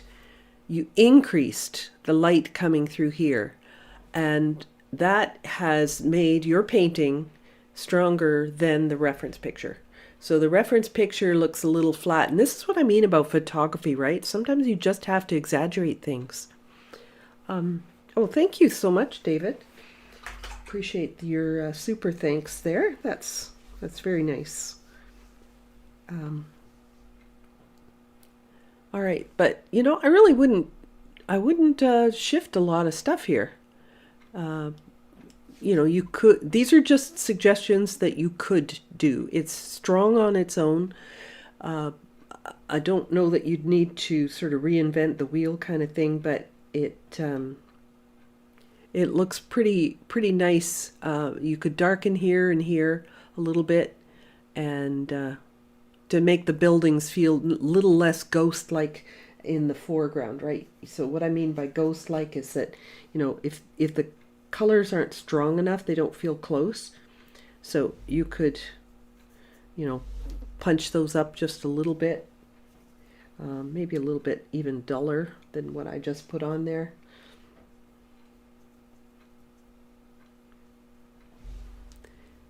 Just to give you an idea anyway, but I really like it. So let me just take a look, see if you guys have any suggestions. We dealt with the fuzzy leaves, or it's not really fuzzy leaves, but it is kind of like branches, and you're not going to paint every branch. That's getting a bit crazy.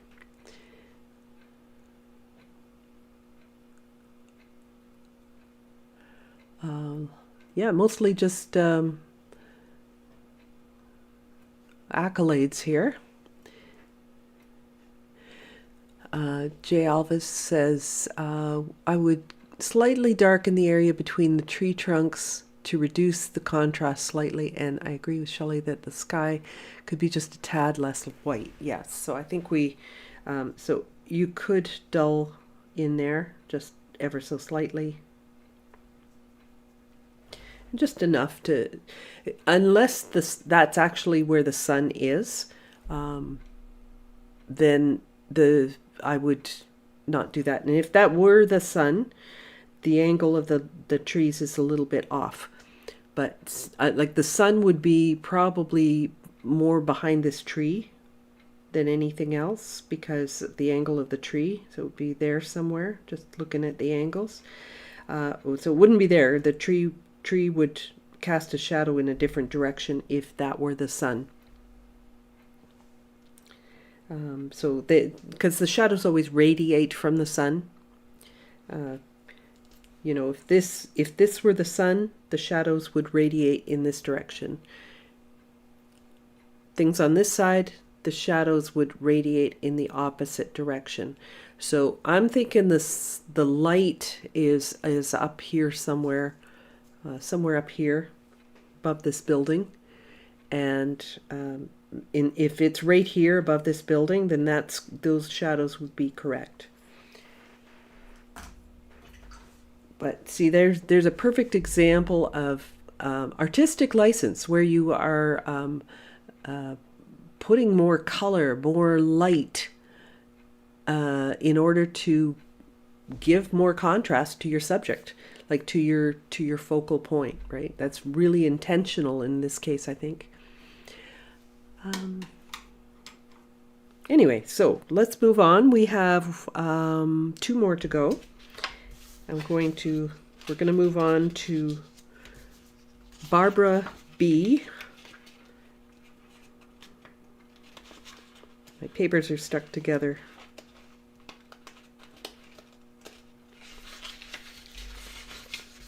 There we go. Okay. Let's wipe this off.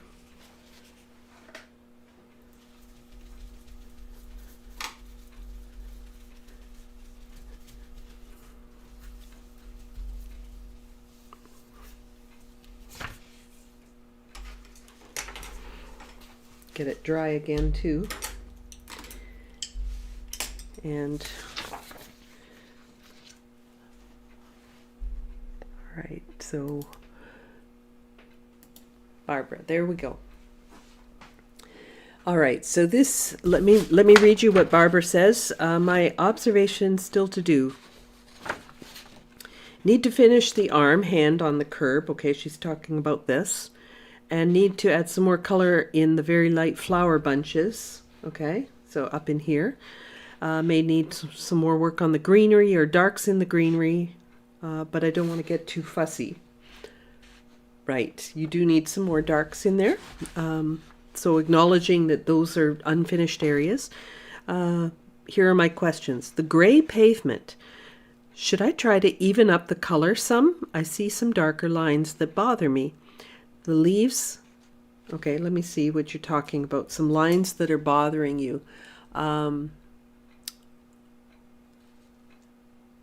Even up the color. Okay, so let's talk about that in a minute. I'm going to finish reading here. The leaves greenery isn't as bright as in the photo. Right, okay. Is there anything I can do about that now? Do the flower bunches need more definition? Boy, it looks like you've done quite a bit of detail in there already. Are there areas that need darkening?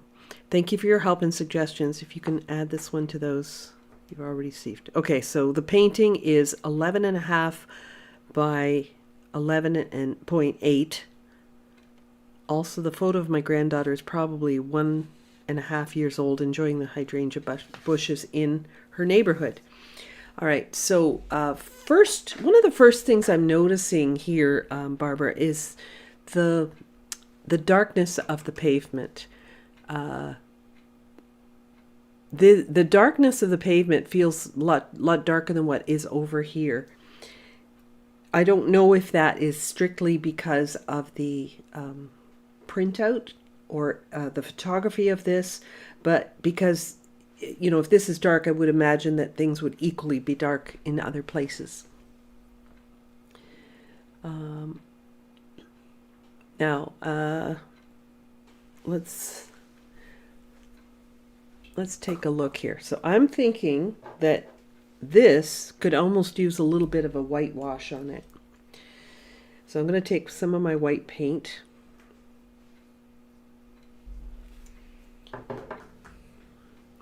It looks like you might have used a bit of salt on here. I don't know. you've got a little bit of texture, but and I'm not suggesting to cover up the pavement at all. I'm not suggesting that one bit. I am suggesting just a little bit of lightening up of this.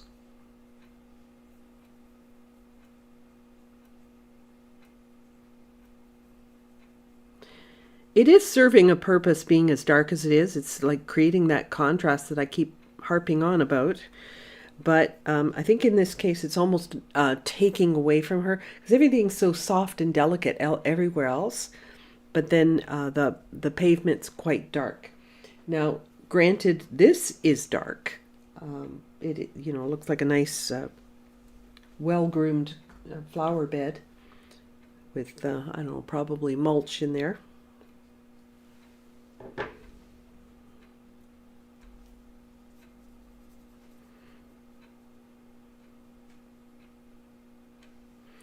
So I'm thinking this needs a little evening out with, but not by adding more paint to it.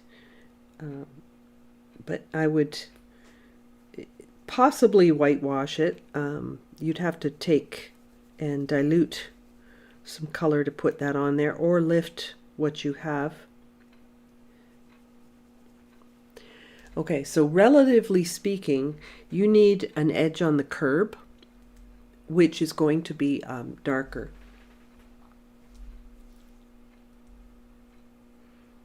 Take a little bit, leave a little bit more dark right there where she's standing.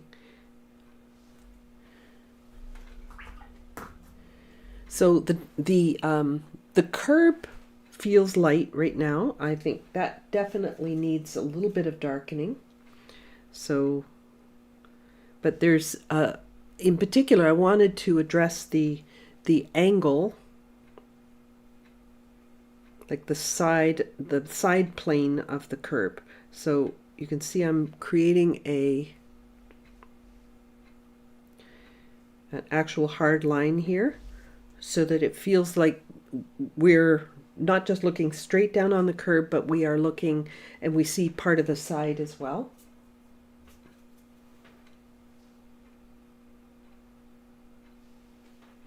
And that, as it goes around the curve, you're going to see less of that.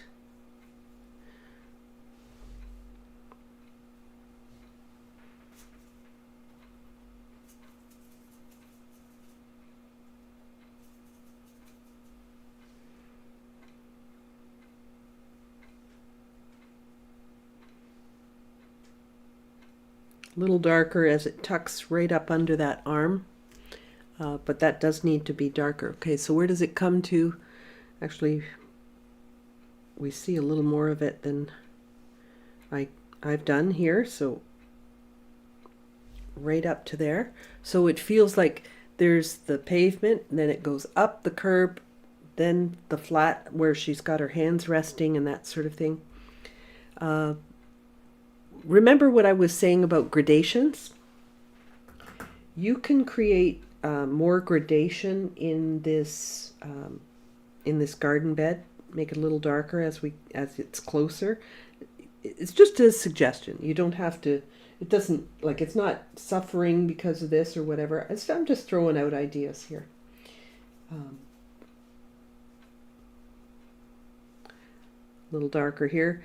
That in turn will make the whiteness of the flowers feel brighter.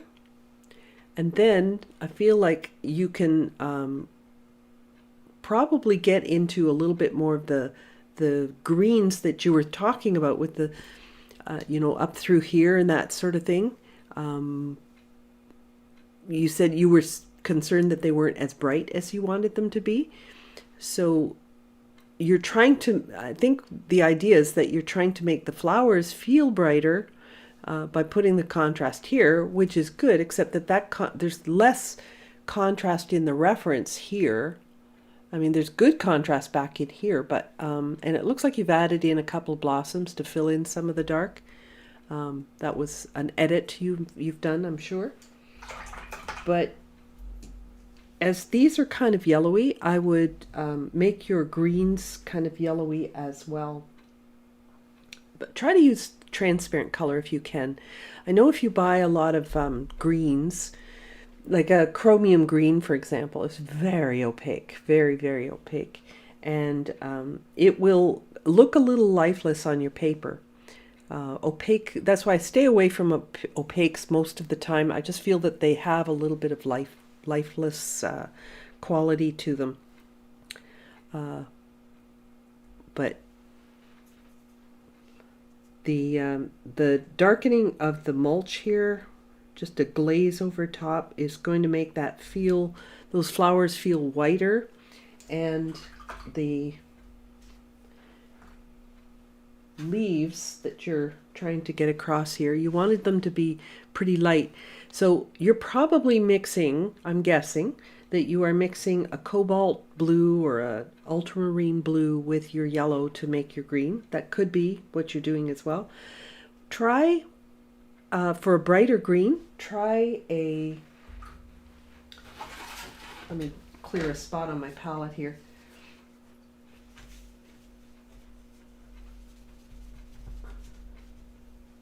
Then I'll show you the combination that I'm going to suggest. So if you use, like this is an areolan here.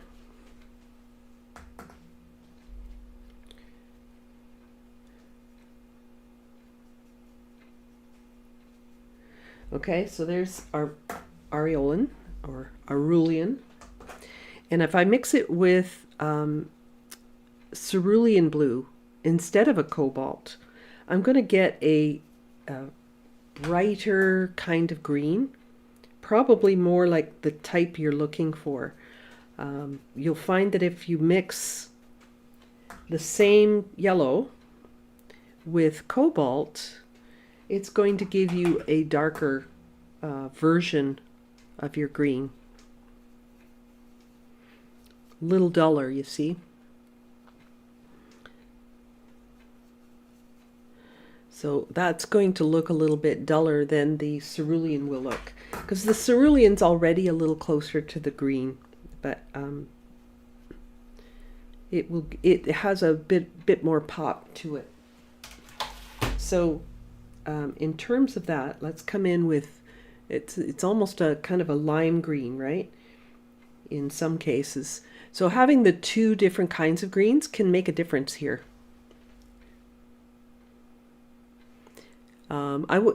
You asked about doing more on the hydrangeas, but I think I'd be a little worried about putting too much more on the hydrangeas, just because they will start looking less white, and they are pretty white. They're like a creamy white, yes, but you may start losing some of that.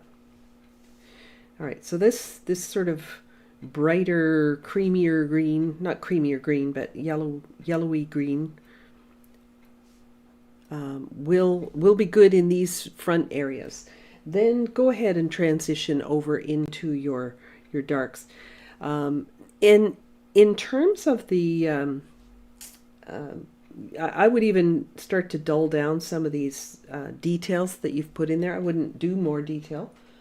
I don't think it really has to have it in order for this to be successful. You'll see through the paint at some of this, but it'll be downplayed. I actually just did a workshop on flowers, and we were talking about painting an entire garden. You know, you can't put all the detail in everything in an entire garden. But so I'm just sort of look for the correct values there. Now you might come in with your extra darks, your few Payne's grays in a few places, that sort of thing. Instantly your flowers start to pop a little bit more. But there is one more thing you can still do on these flowers to make them come out, and that is to transition. If you want the flower not to look so flat, detail isn't the answer. The answer is the value in creating the correct form. Boy, I really I really twisted my whole paper there, didn't I? Oh gosh, okay. Well, let's let's try that again. I try not to shift it as I'm working here. There, I'll hold it down. So go into some of the yellowy greens through here.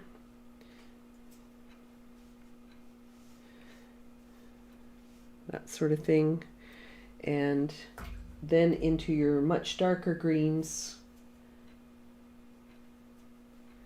in these areas through here.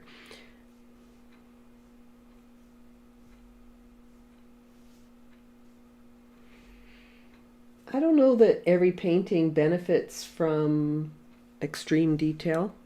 That was a hard one for me to learn, really hard actually. I always believed with every fiber of my being, if I just put more detail in, it'll look more realistic, and I would go crazy putting detail in things. And only to discover it really wasn't all that necessary.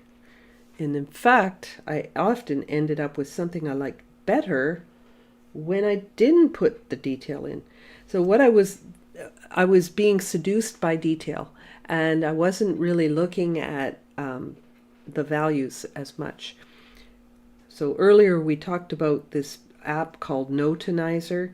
If you struggle to really identify value, especially when it comes to color, right? Because it's easy to identify value when it's just black and white, but it's harder to do it when it's color. So the Notonizer will do that for you, and it, you know, it's a good jumping off point, right? Where you can, okay, I know I need to make this area dark, or I need to keep that area light.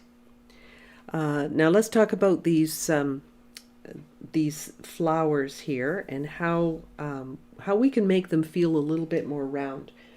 So if I take it looks to be kind of a golden yellow or a golden green kind of color. So if I take my raw sienna and mix it into my yellowy greens here, that'll give me a color that might work out well for my blossom. So I'm going to make these feel more like a ball, you know, because these are like, I think they call them snowball hydrangeas. But I'm going to make them feel more round just by blocking in a shadow area here. So just that, and that in turn makes these parts look whiter.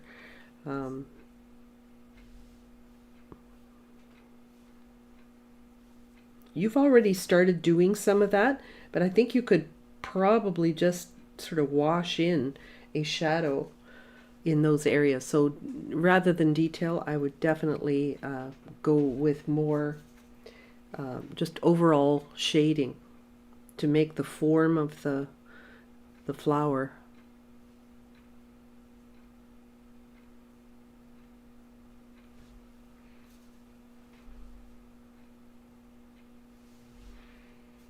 So they feel more dimensional. The value within here is just feeling a little bit too similar right now. So build, build, build. And I really recommend that as you're working, once in a while, get up out of your chair, step back, squint your eyes a bit, and see if all those values are working correctly together. Because when you're up close, you're seeing every little nuance. You're seeing it too close. So you step back, and then you'll see sort of how the whole painting is working together. And I think you're going to see it from a new light when you step back. So all these hydrangeas can get a little bit more color in the shadows. So you notice I didn't put gray in here. I don't know if I'm doing this right or not, but I'm just getting the idea across. Right, so you can build those up, and those will start to look a lot more cylindrical, not cylindrical, you know, ball-like, circular, sphere-like. That's the word I'm looking for. Now, I am noticing that every once in a while there's a couple of little darks in here too. I would actually keep those in there as well. You know, where there's just gaps in between. Doesn't have to be as dark as this, but I'm just trying to get across the point where, you know, you do have, it's not a smooth ball like a ceramic sphere or something like that. So go ahead and put a couple of darks in there. That will work out just fine. Let me get this back in place. I keep shifting it. But those little tiny bits of dark, that can be a game changer too here. Just making it look like it's going down and into something that's darker.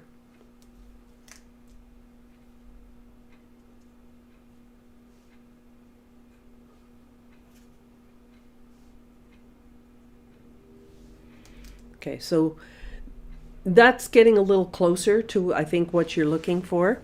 I'm sorry, I'm looking off to the left here because that's where my monitor is. So I can see sort of the reference picture. But again, a little more contrast throughout the whole painting can be a good build. I know we're kind of cautious about putting extra darks in there. But you'll see that the difference, I see you've put shadow on here, and there's shadow and there's light, but you could even go further with it.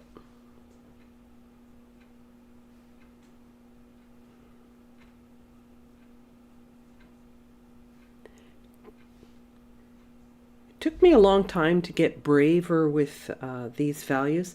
This I don't feel like it's quite as purple, but I'm just going to glaze some of this, I don't know, it's like a dusty rose color I'm putting on here. It's probably got a little bit of white mixed into it at this stage of the game. Not that I'm not suggesting it, I'm just saying my palette probably has picked up some white. But go ahead and darken that. It feels like there's more light, you know, there's more light hitting and creating the forms. Same with the shirt. Get a little braver with the shadows.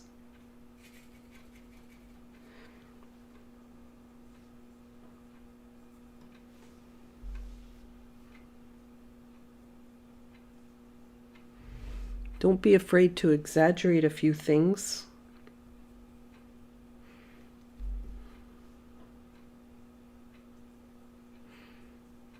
Hard to blend in on acetate, but you get the idea, I hope. It's probably good that you're seeing on a screen, because you're, you know, if you're on your phone or on your tablet or whatever, you're probably seeing this smaller anyway, so it's almost as good as stepping back. So if you're in a class setting and you're working on something and you can't really keep standing up and walking around and that sort of thing, although it's kind of helpful, I think, when you can see what other people are doing too. I love seeing what other people are working on. But take a picture with your phone. Like, you know, you could take a picture of this. So if I were to take a picture of this, let me see.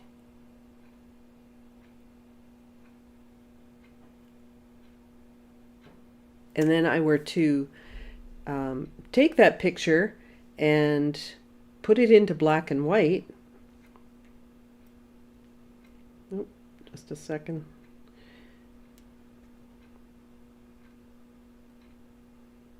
So desaturate it, take all the color out.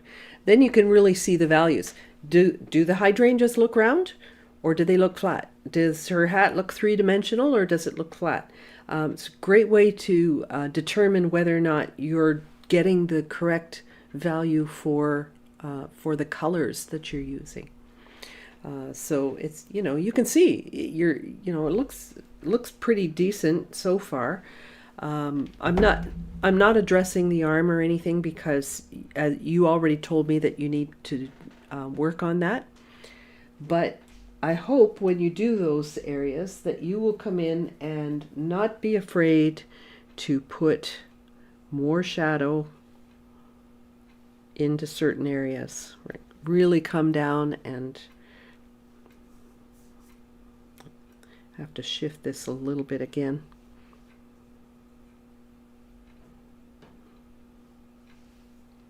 And like down on the hand here, like don't be afraid to get the shadows in there. That's what's going to make it feel like it's, you know, her arm is round or whatever. Could I show you the colors that I make, the roundness of the legs and arms? Okay, well, basically I took a bunch of stuff that I have here, but if I were mixing up a fleshy dark shadow color, I wouldn't make it so gray. So I would take, I had some of this on my palette. I think I also had some pinky color in there, so that's kind of mixed together. And probably a little bit, I probably had a little bit of yellow.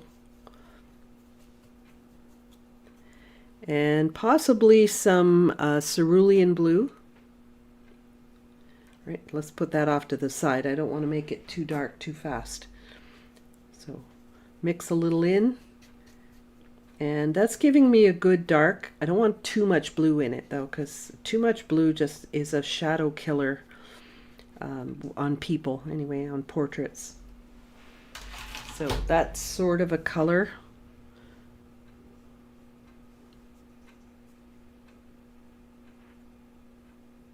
Stay away from gray if you can, and you know, then you'd have shading on all the fingers and things like that, and then you'd have shading on the actual curb as well. Right, so there'd be some shadow under here. Tricky to do on acetate, but you get the idea.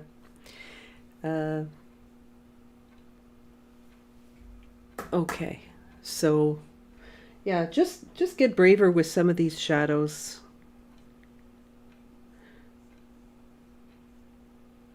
You'll find that, you know, once you get braver, that your inhibitions will be behind you, and you'll be able to paint a little more fearlessly. Wouldn't we all like that? Paint fearlessly. They'll just come down into the legs and arms with the same color there. But you can see, let's do the before after again. All right, so there's the after with a few more darks added, a few more the brighter highlight colors. But the highlights show more because of the darks, right?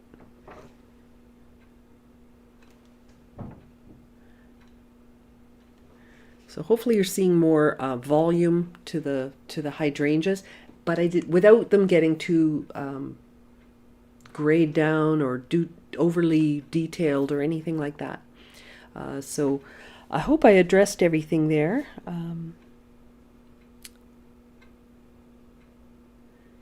Yeah, so not less, I would say not so much definition to the flowers. You've been trying to avoid getting too fussy with them and painting every flower. Yes, we all run into that issue. Let me just quickly look through the comments, see what other suggestions our friends have.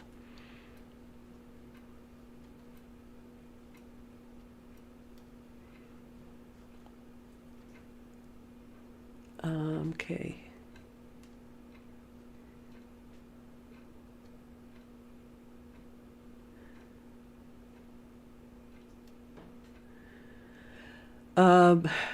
Brazenheart is asking, Shelley, are you suggesting to lift out the black pavement at the stage of Barbara's painting? It might be tricky to lift out, but I would probably give it a go if it were my painting. I would try to lighten that up.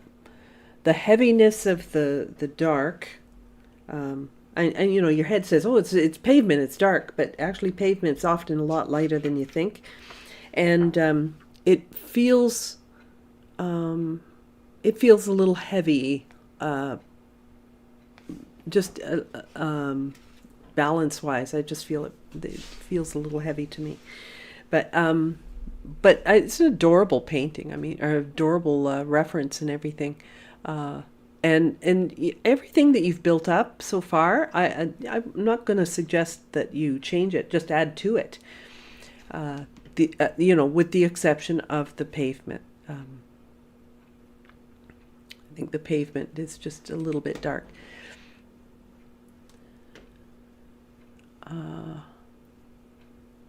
Okay, where was I? The shadows need darkening. This is Rocky Mountain Bloom. The shadows need darkening. The curb, the hat, skirt, her arm, leg, and ankle. Yeah, so a number of things which we talked about. I would lighten the pavement, darken the bark if needed, and put the shadow on the curb wall, but that's it. Okay, that's Angela. And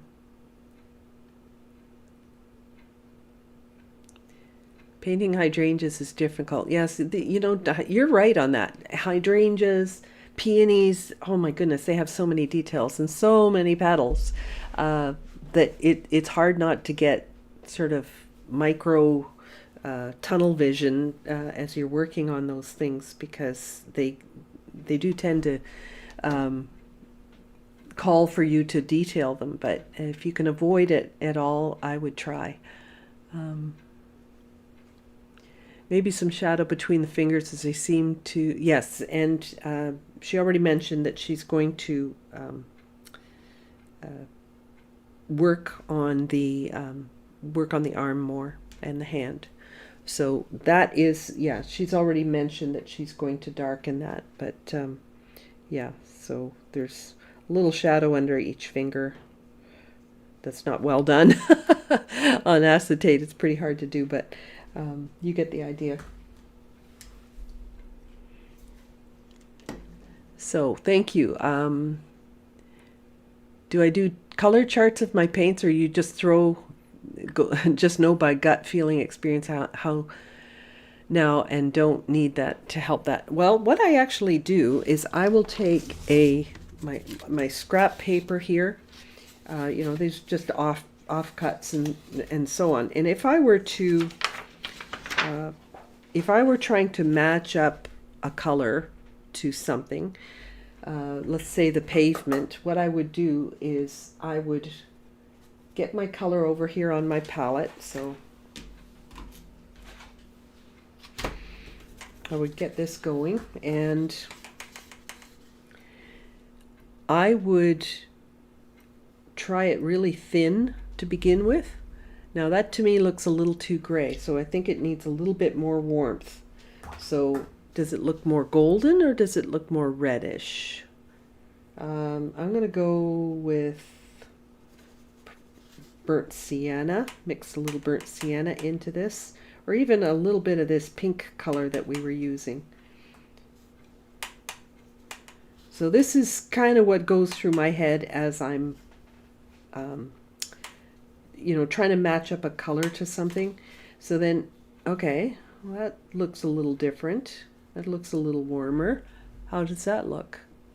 And I'm holding it up against the this reference, this edge of the reference picture here.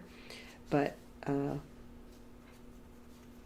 even got a little bit, maybe a little bit more blue. So I'll play around sometimes until I get something that I'm happy with. All right, so yeah, it could be a little bit more beige, a little bit more. So just kind of throw in the kitchen sink in here, trying to dull it down. Dull it down with less than a gray. Like, I'm trying to avoid too much gray. But now look what's happening. I might start getting a little bit too dark if I put too much color on here. So if I go really dark,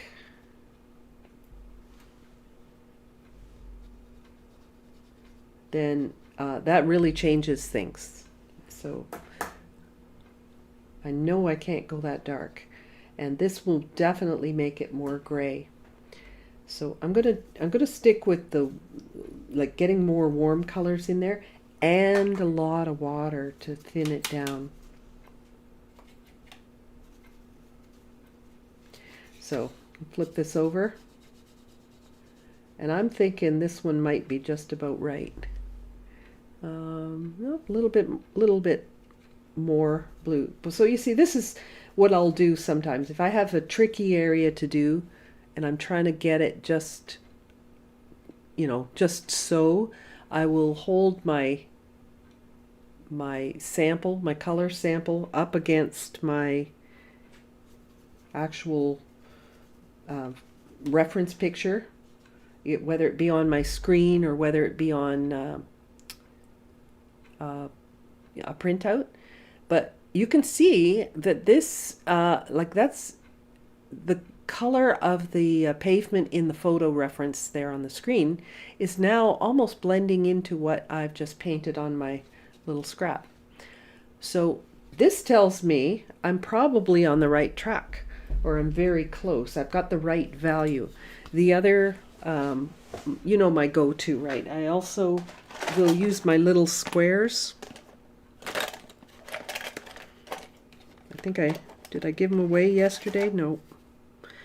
I have some.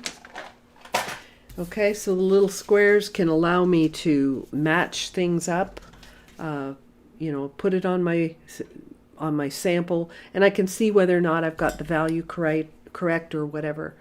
Oh, thank you so much, Pam. Very much appreciated. So let's get on to our very last one, because I'm sure you guys are just about ready for your lunch at this point. Let's go with, so our next one is from Kathy K. Some questions. Too many white areas? Get rid of some or just soften? Not enough difference in values? These are all questions I'm being asked. Are the shadow paints too thick? I also got the red buoy out of whack. The red buoy, this one here? Okay. Yeah, so that was it. Some questions. Too many white areas? Oh, I don't think that there's, when it comes to glass, I don't know if there's any such thing as too many white areas. White areas are so much easier to resolve than, dark areas. So just get rid of some or soften. Not enough difference in values. Are the shadows paints too thick? Okay, let me wipe off. This actually has two. It has the reference and the photo, the painting all in one. So what I'm going to do is I'm going to zoom in on this just so we see the painting by itself. Okay, so I'm thinking it goes this way. Let me first wipe this off because I've got a big mess here.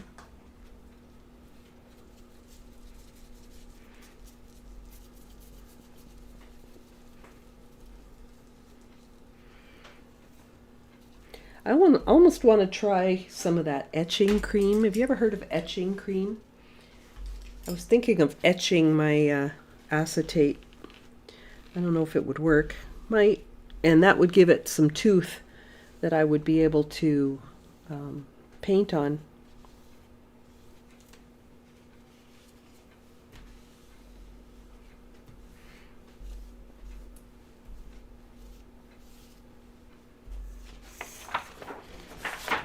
Okay, so what you've sent me, Kathy, is a not a finished painting, so you're still working on this one. I paint a lot of glass, so in terms of contrast, I think you're fine. I think you do need to have that contrast. I would be very selective about where the brightest areas are. And I think it's a little hard to critique something that's sort of midway, but because I don't know what you're still intending to work on. But in this case, I think that, getting some darks in behind helps to tell the story a little bit more. So it really does make it a lot harder to sort of judge your painting, your own painting. And in fact, when I'm painting myself, if I don't have the actual, what do you call it? If I don't have all the areas covered on my paper, then it makes it a little bit difficult to estimate whether or not the values are right or whatever. But that's where the squares can come in. So, if you compare the darks in here to the darks in your picture, I think you're fine. The darks in your reference picture are almost, they're almost black. Like they're almost that dark. So, let's fill in a few of the blanks, and I think then it'll be a little bit easier to view. Now this is a bit hard to see. Let me just see if I can move this down and just show the image. So I'm going to move this down, but I'm going to blow it up a little bit too. And then we can see the reference, hopefully see the reference a little better. Is it going to let me do it? It's not going to let me do it. Hang on a second. Have another kick at the can.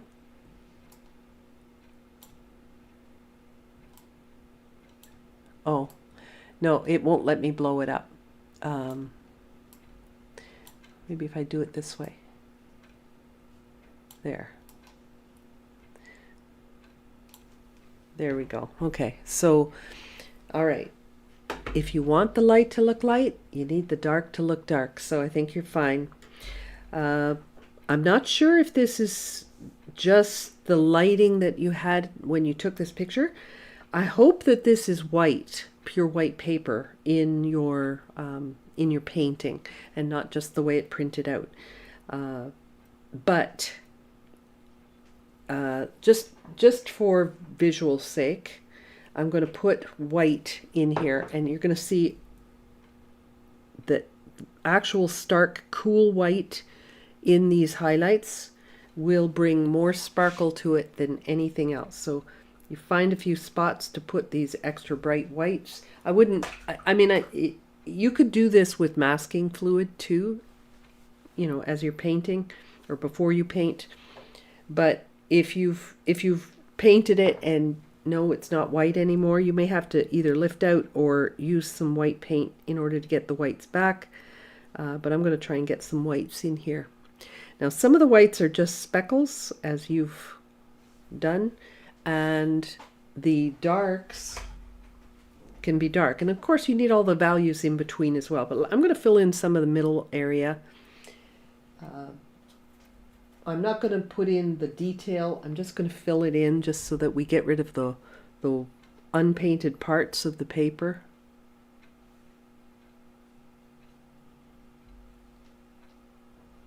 I can scarcely see the drawing, so forgive me if I'm really getting it off base.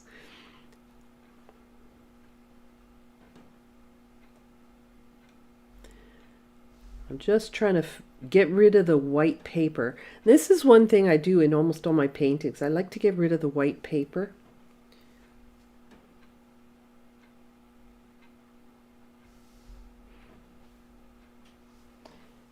Because the white paper is such a distraction. Like it's such a like it's so deceiving. It can make your colors and your values so deceiving, because when you see a color against white, you don't realize that the color is so light. It only feels light, or it only feels dark, because compared to white, it looks dark. It's like when you put white, or when you put gray against white, it looks dark. But if you put if you put gray against black, it looks light. So everything's comparative. So I'm going to come in and punch up a few of your darks here. If you want these to look shiny, you need to use the full value range.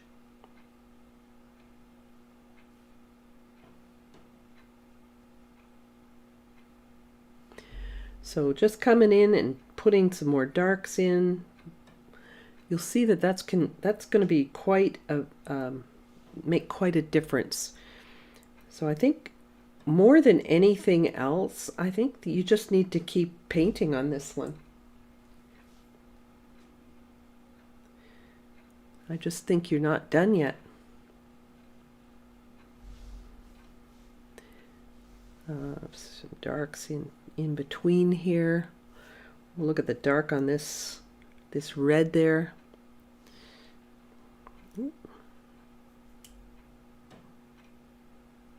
Try not to move around the sheet so much this time.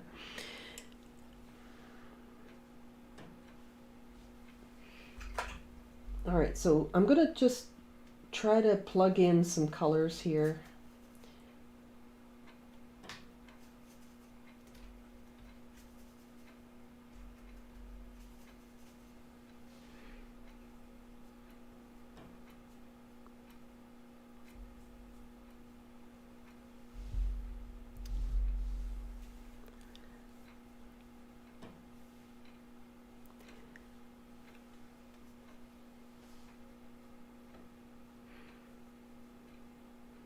It's very tricky angle, you know, shooting straight into a box. I'm going to guess that you took this picture at a market of some kind or something of that nature, because these all have stickers on them. And we're kindred spirits in that way. I'm always taking pictures of things at thrift shops and whatnot, because really don't want to spend $200 and then have to deal with stuff that I don't actually need other than for a painting. I would have an obscene amount of props in my house, which I do not have space for.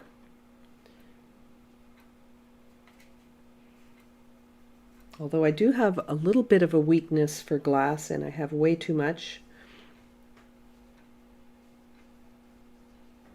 Oh, I picked up a different blue. Guess it's okay.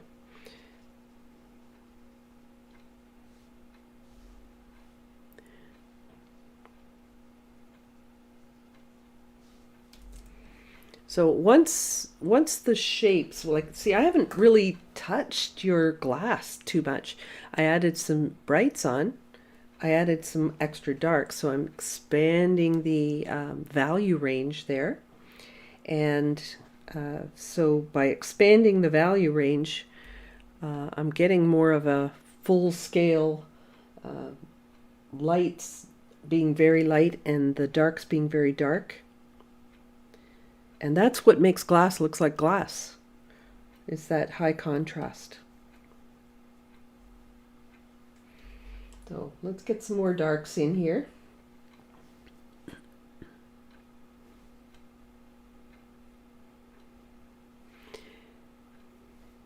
And then you could start, you know, once you get the big shapes in there like that, then you could start breaking down and really kind of carving out the extra darks, all that sort of thing.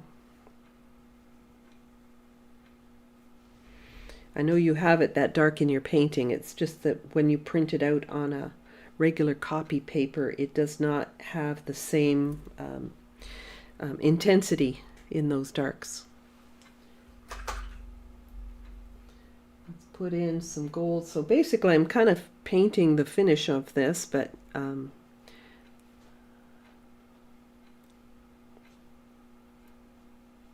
so I don't even have to worry about all the details. You can see that, you know, where you've started with this is great. I think you just need to keep going.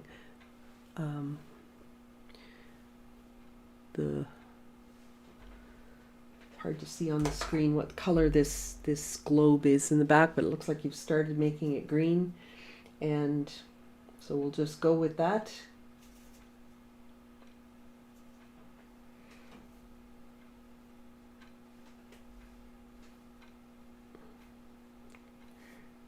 Darks, but areas you don't paint in glass are just as important as the ones you do. So you do need to leave some gaps in there. I would say on this, on this green bottle, this one here, that, you know, I see you've acknowledged the red that's in there. That's good. The greens through here, you've got a lot of little glare bits, but there's a couple that are extra bright. So I would come in there and punch those ones up a little bit.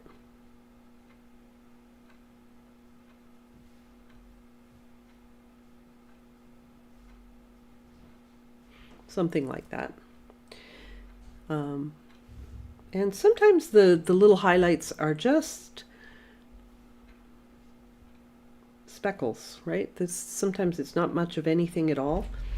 But there's a difference between some of the highlights. Like there's usually a few that are sparkly bright white.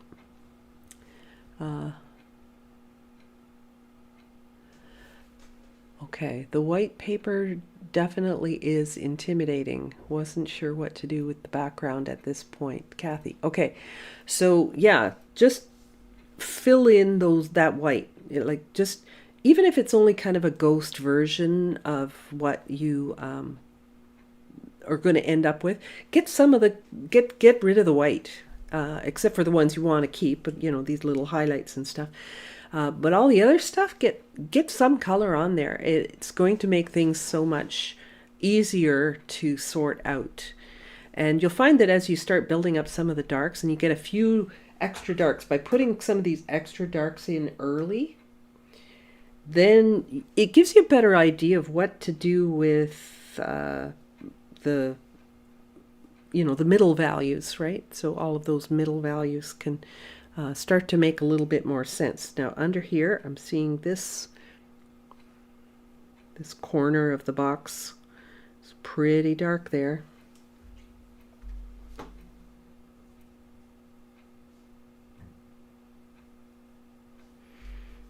Really hard to fade away on acetate, but you get the idea. So as you're going into the box, you know, you're gonna see some shadows in different places.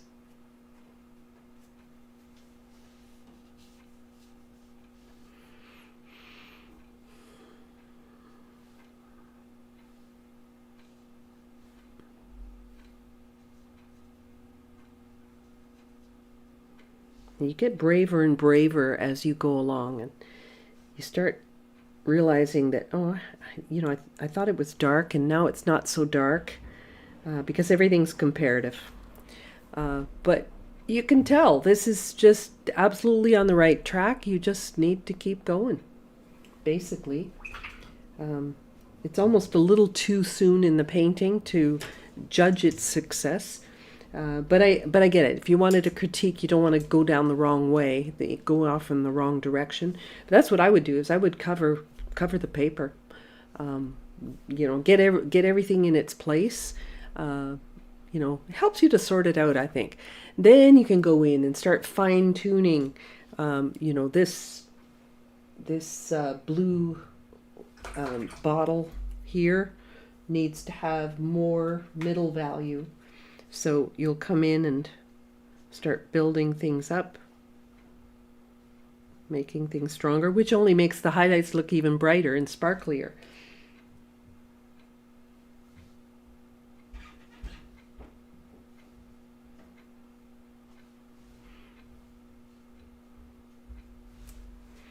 Anyway, you get the idea. It's just a build, and get a few more darks in there, like extra darks in there, just in a few select places. Look in your picture and you go, okay, well, I know that the side of this green bottle is really, really dark, so I'm just going to go in there and put some dark in there. As for, you asked about softening edges. Be cautious about softening any highlights. When you get a bright, crisp highlight, it's just that, it's crisp. But then you may you may need to soften something like this green.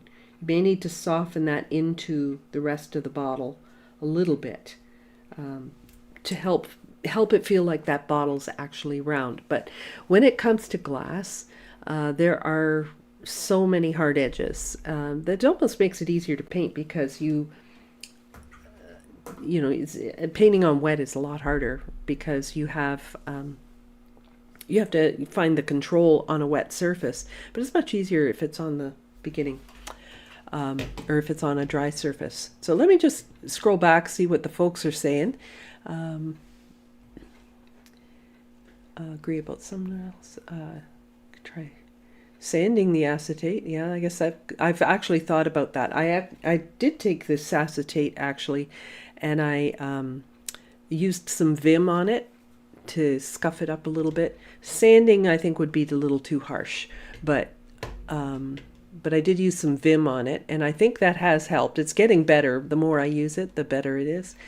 At some point, I'll have a nice piece that I can put on stuff. The more you wear it down, it's like your palette, right? When you have these palettes, and it's too slick to mix your color when you first get the palette, and then after a while, after you've cleaned it a bunch of times, used some toothpaste or Vim or something like that on it, it gets a little bit of tooth to it, so it will take time. Anyway, onward and upward.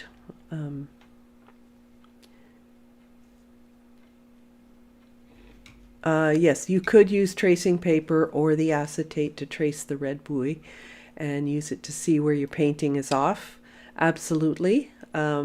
You can use a grid system. There's a lot of ways of getting an accurate drawing. I actually don't find it's off by that much. It's got kind of a wonky end here. Like I mean, I don't mean your painting. I mean the actual buoy has this sort of wonky shape to it. But I think when you get other aspects of this completed, you're going to realize, oh, I wasn't so far off after all. It just feels sitting by itself, it might feel a little funny. Now the background changes, looks the bottles for the better without changing the bottles. Yeah, thanks again, Shelley. It's been good. Okay, the white paper definitely is intimidating. Okay, we answered that. Usually the reflections in the photo run parallel to the object. Right, so the length is often this way. We'll follow the length of something. It can also depend on what's making the light. Like I have these types of lights where they're kind of a strip, right, where it's kind of a long line, and sometimes that can give you some funny shapes as well. Funny reflections, I should say, but usually they will follow the contour. Let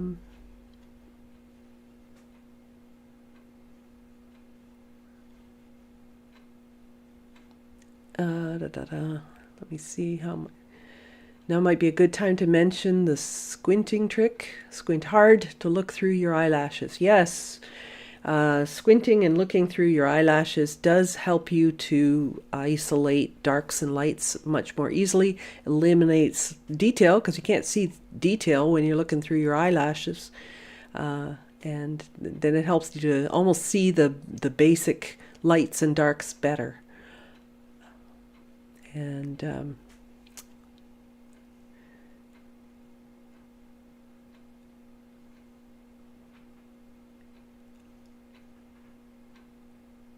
yeah, so our brains like to, so the lights which are not truly white fade out, and it's easier to see the various middle values. Our brains like to oversimplify all of the reflections as white, and that I think that's true. I mean, you can tell on this bottle that it's not white. It's more of a yellowy white. Probably the bit of the color of the glass is making it a little bit more golden looking, and so it looks really nice actually with the green and the purple and the red in that bottle. But this truly would be a little bit more of a yellowy golden light. not a true pure white, which I see you've already done. You've already got that. You didn't make it white. I just put the white on there to make it a little bit more stark than the other ones, right? So that is true. That, you know, if you're observing the actual color, the color temperature of the light, incandescence, or the color of the bottle can sometimes affect that.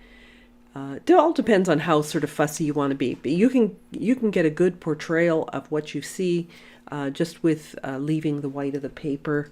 Sometimes in a painting, that just, you know, it's sort of that simplification, especially in watercolor, can be very effective as well. Do I put the critique sessions on YouTube for future reference? You bet. Yeah, these will stay here, and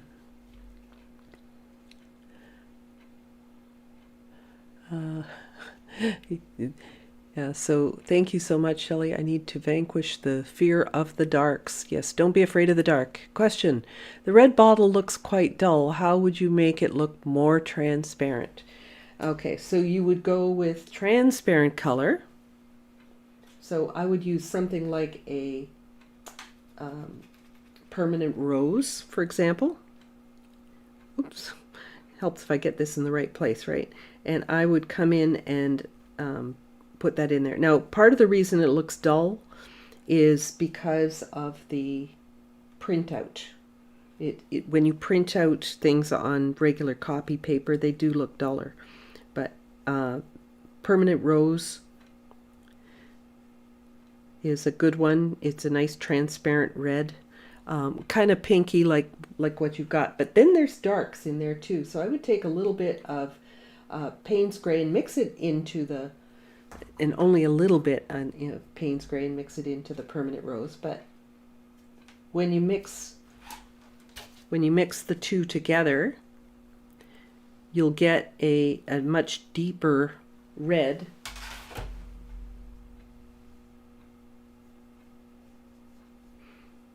So you can get some of those extra darks that you need.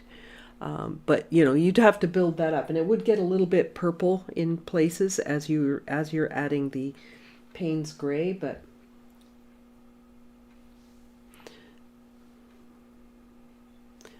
you're looking for, you know, where's it dark, where's it light, and trying to plug it in where it's supposed to be on the reference, that sort of thing. So now it has a little bit more life to it. I'm sure in the actual painting it's not as flat as what this printout looks like, but I have faith that that's where it's going. And if it's not as bright as it needs to be, go ahead, go use some pure color in there, or some you know, nice bright color in there. You don't have to put it on thick. You just need to make sure that it's not mixed with other stuff. And then when you need to get into the dark, start mixing Payne's gray or something like that into it. Okay, I think we're getting close to the end of the questions.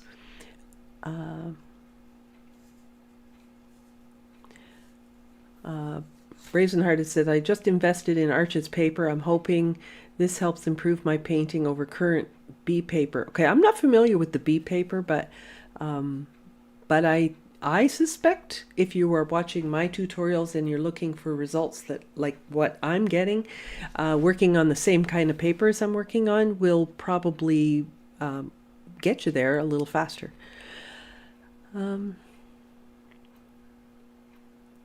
Okay, and I hope I didn't miss any questions. Do you put the critique sessions? Yeah, hopefully I didn't miss any questions, but I'm going to come back and thank you to all of you who did send in your pictures. I know it sometimes takes a little bravery, but I hope I didn't make it scary in any way. I mean, we're all friends here, I think, and you know, you can take all my suggestions and you can take the suggestions of other people, or you can say, "Dack with, I'll do my own thing." Doesn't matter. If you just want another opinion, I'm happy to supply that. So, with that, I think I'm going to let you go and enjoy the rest of your day. I've kept you long enough today. This was an extra long one, but I wanted to get every piece in there, and I didn't want to shortchange anybody. So thank you again, and we hope to see you again next week when I'll have another live demo at 10 a.m. Toronto time on Wednesday. Bye for now.